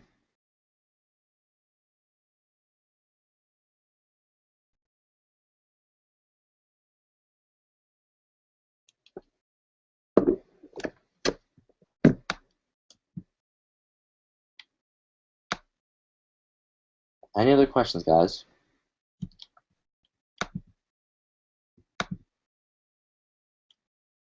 Any other questions, guys? Any other questions we want to explore? We understand every single. All right, number 11. Over here. Well, let's take a look. What is the value of A in the figure above? Well, we're looking for A, right? Now, we can do this in 2 ways. See that? I'm just going to zoom in a little bit over here. See that exterior angle? Right? This exterior angle? This exterior angle is equal to the 2 opposite interior angles. Got it? So 7x is equal to 4x plus 60. Got it? And that's what we have to know. The exterior angle for triangle, right, is equal to the sum of the 2 opposite angles, right? The 2 opposite interior angles in the triangle. So we have to know that 7x is equal to 4x plus 60. Let's solve for x. Subtract 4x, subtract 4x. 3x is equal to 60. Divide by 3, divide by 3. X is equal to 20. Are we looking for x? No, but 4 times 20 is 80, right? So that's 80. That's 60. 80 plus 60 is 140. Well, what must A be? Well, every triangle is equal to 180. So A must be 40, right? 80 plus 60, that's 80. 80 plus 60 is 140. We're left with A being 40. Number 14. A square and a triangle drawn together is shown. The perimeter of the triangle is 64. Okay, well, the perimeter of a triangle is 64. We know that a square has 4 equal sides. So all the sides are the same. So let's say I'm going to say one side is S. All of these 4 sides are S, right? So 4S is equal to 64. Divide by 4, divide by 4. S is equal to 16. So that's 16, that's 16, that's 16, and that's 16.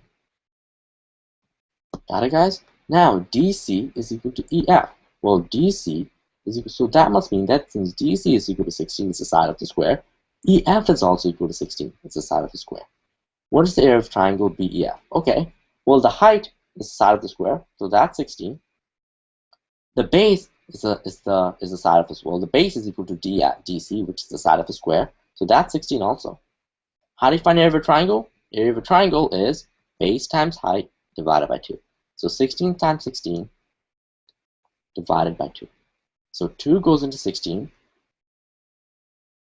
8 times. 8 times 16 is 80 plus 48, which is 128. Number 16. Samaya, did I figure out when the makeup class was going to be? I didn't yet, but I'm going to let you guys know tomorrow, maybe. What is the area of the square above? Well, we know that. How do you find area of a square? Well, we find area of any quadrilateral, rectangle, parallelogram, right? Well, not trapezoid. Well, technically trapezoids, but you have to find the average of the two bases, right? Area of a trapezoid is base 1 plus base 2 divided by 2 times height, right? Because a trapezoid has like 2 different bases. So just take the average of them, right? Multiply by height.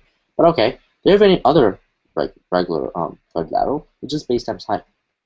But in a square, the base is equal to the height, right? So we say in a square, the area is just equal to one of the sides squared, right? Well, one of the sides is 2 radical 2, so you can square that. 2 radical 2 squared. Well, how do we square that? Well, what's 2 squared? 2 squared times radical 2 squared. That's how you square expressions like that. Got it? So 2 squared is 4. Radical 2 squared is 2. 4 times 2 is 8. Any other questions, guys? Any other questions? Got it. Make sure you know how to square the radicals, right? 2 radical 2 squared is just 2 squared times square root 2 squared. We talked about square root 2 squared right before, remember? We said square root 2 squared could be like a square root 4, which is just 2, which is how we got that 2 over here. Any other questions, guys?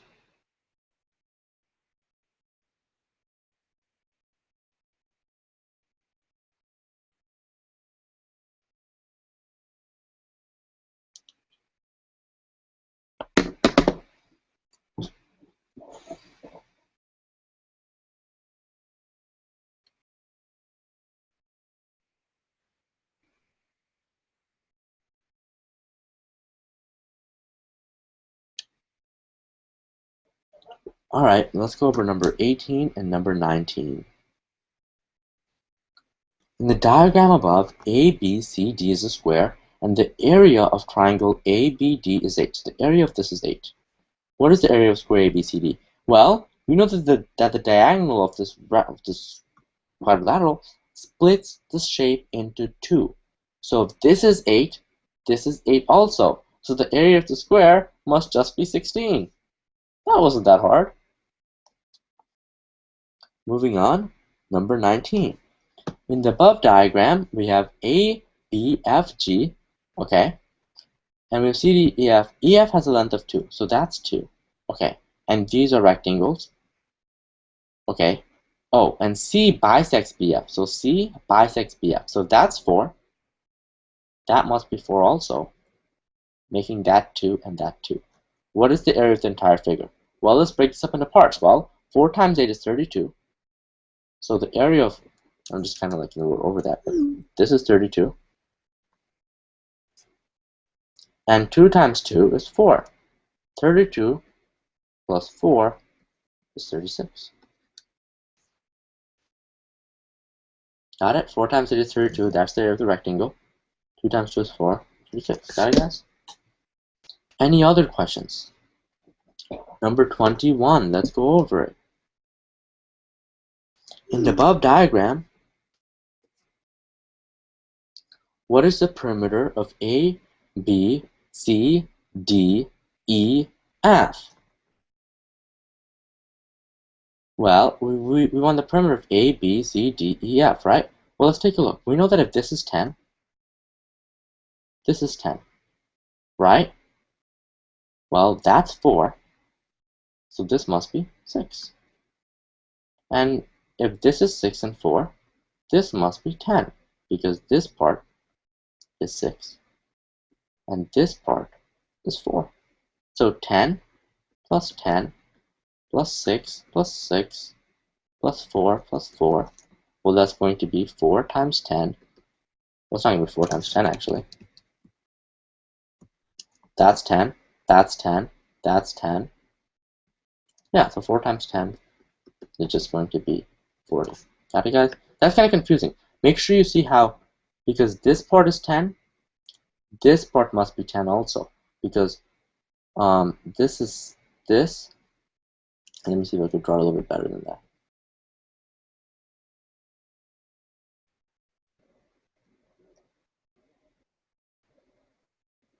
Right? Maybe I'll just leave it there. Right? Yeah, just know that because this part is 10, because this part is 10, this part plus this part must be 10. Got it, guys? Alright.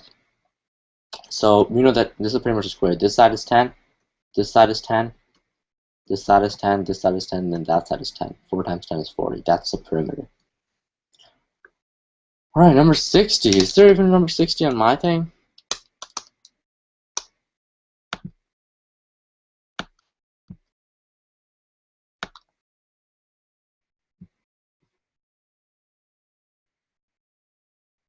No luck. I don't think there's a number 60.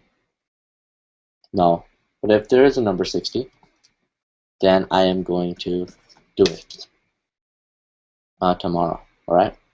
Alright, you want to go over it again? Alright, let's definitely go over it one more time. Or as many times as you need me to, actually. Let me just erase all this.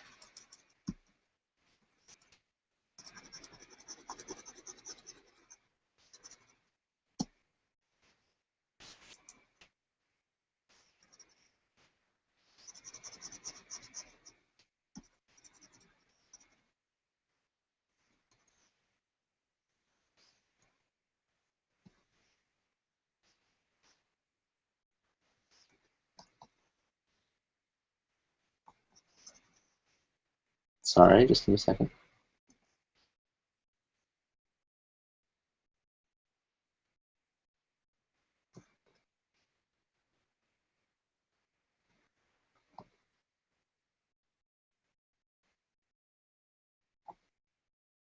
There. That's good enough. Now, here's what I want to see. I'm going to zoom up really large on it. Okay. Just erase this too. Erase that. Okay, good. Clean now. Alright. Now, see how this bit is 10. Right? Now, that must mean that since it falls like, let's say I draw my dashed lines over here. Right? Just going to do that. Since they're like the same size, this must be 10. Right? Now look. This is 10 because of the 4 that's over here, the 4 right here, and the 6 that you can bring up. That's 6. The 6 plus 4 is a 10. Then on the bottom, same thing. This 4 can go all the way down to this little bit, all the way up to here is 4, and this little bit all the way up to here, 6. And 6 plus 4 is 10. So this side, so AF is 10, so that's 10. The top is 10, the right-hand side is 10, the bottom is 10. Got it? Just make sure you remember that you can translate the length. So 4 times 10 is 40, and that's how you're going to find the perimeter. But the real key to this question is what's difficult is you have to visualize that.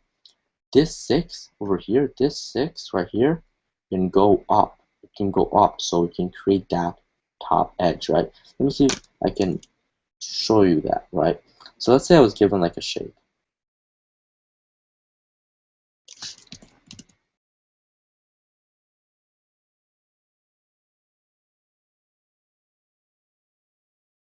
Let's say I tell you that that's 4 and that's 8. This, well, this little bit is 4, right? This bit right here. This bit is 8, and that's 12. That's the same logic that's being used here. Got it, guys? Any questions? Please ring your bell by mistake. Cool. Any questions, guys?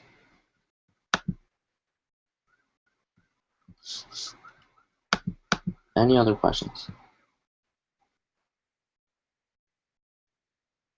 Any questions, guys? Or we're going to end for the day and then finish it up tomorrow with the 2 model tests in the book. All right, guys, any questions?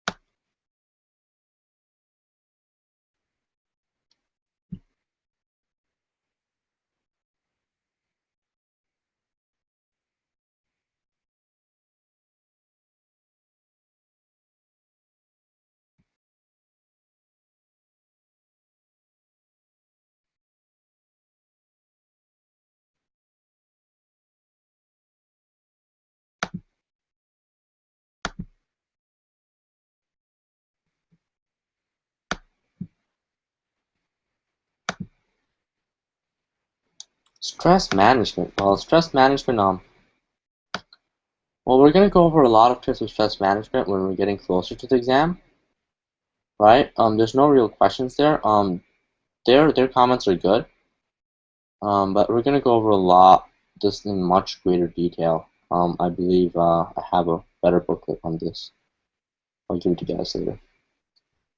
Alright, guys, it looks like we're going to close up for the day, right? And it looks like we're just going to finish it up tomorrow, and the next day we're going to go over the 2 model tests tomorrow and Tuesday and Wednesday, right? Same time, 11 a.m. to 3 p.m., right? Keep in mind that you can email me, right, at naeem@rqmtutorial.com, right? If you have any questions whatsoever, feel free to use your website, rqmtutorial.com, right? And then there's a chat feature there on the bottom right.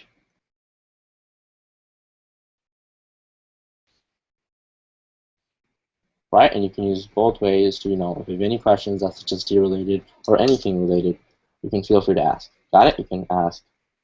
You can email me directly, or you can use the chat feature. Got it, guys? If you have any other questions, feel free to do so. We're going to reconvene tomorrow at 11 a.m. to 3 p.m.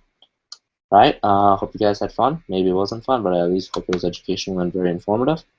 While you're at it, just so you can get stuff quicker and be subscribed to the service, and I would appreciate it. You guys can use, you guys can leave reviews of the service on the Google Plus page, and that would help our search engine optimization. So I'm just going to put the link in the question and answers, right? It would help if you guys gave us reviews. So that's over there. You can give us reviews on the service. That would be helpful. Got it, guys? So I just posted the link in the Q&A. All right. Tomorrow we will start at 11 a.m. Got it? We'll start at 11 a.m. and I'm going to have a scan of an ebook, and we're going to go over any other questions. Got it, guys? 11 a.m. Any questions whatsoever tomorrow, 11 a.m. on Google Hangouts on air. Got it, guys? Feel free to leave us a review on Google+. Feel free to review us on Facebook. Whatever else would be wonderful. Got it, guys? Have a good one.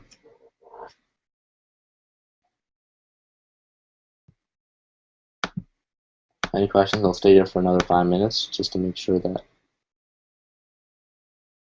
Got it? And I'm leaving the page for the Google Plus account on the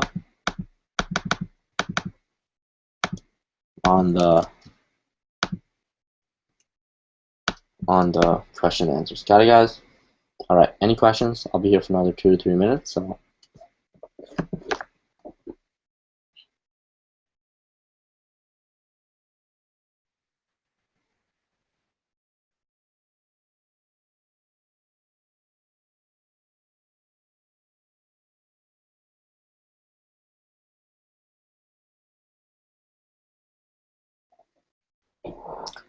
Guys, I know my laptop is had some unfortunate circumstances surrounding it yesterday, but these things happen, and it's best to move forward.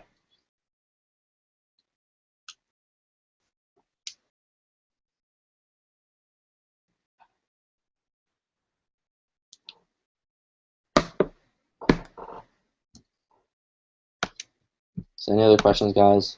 That'd be wonderful. Feel free to review us on Facebook. Feel free to review us on Google+. That would be great. Trying to increase that search engine optimization.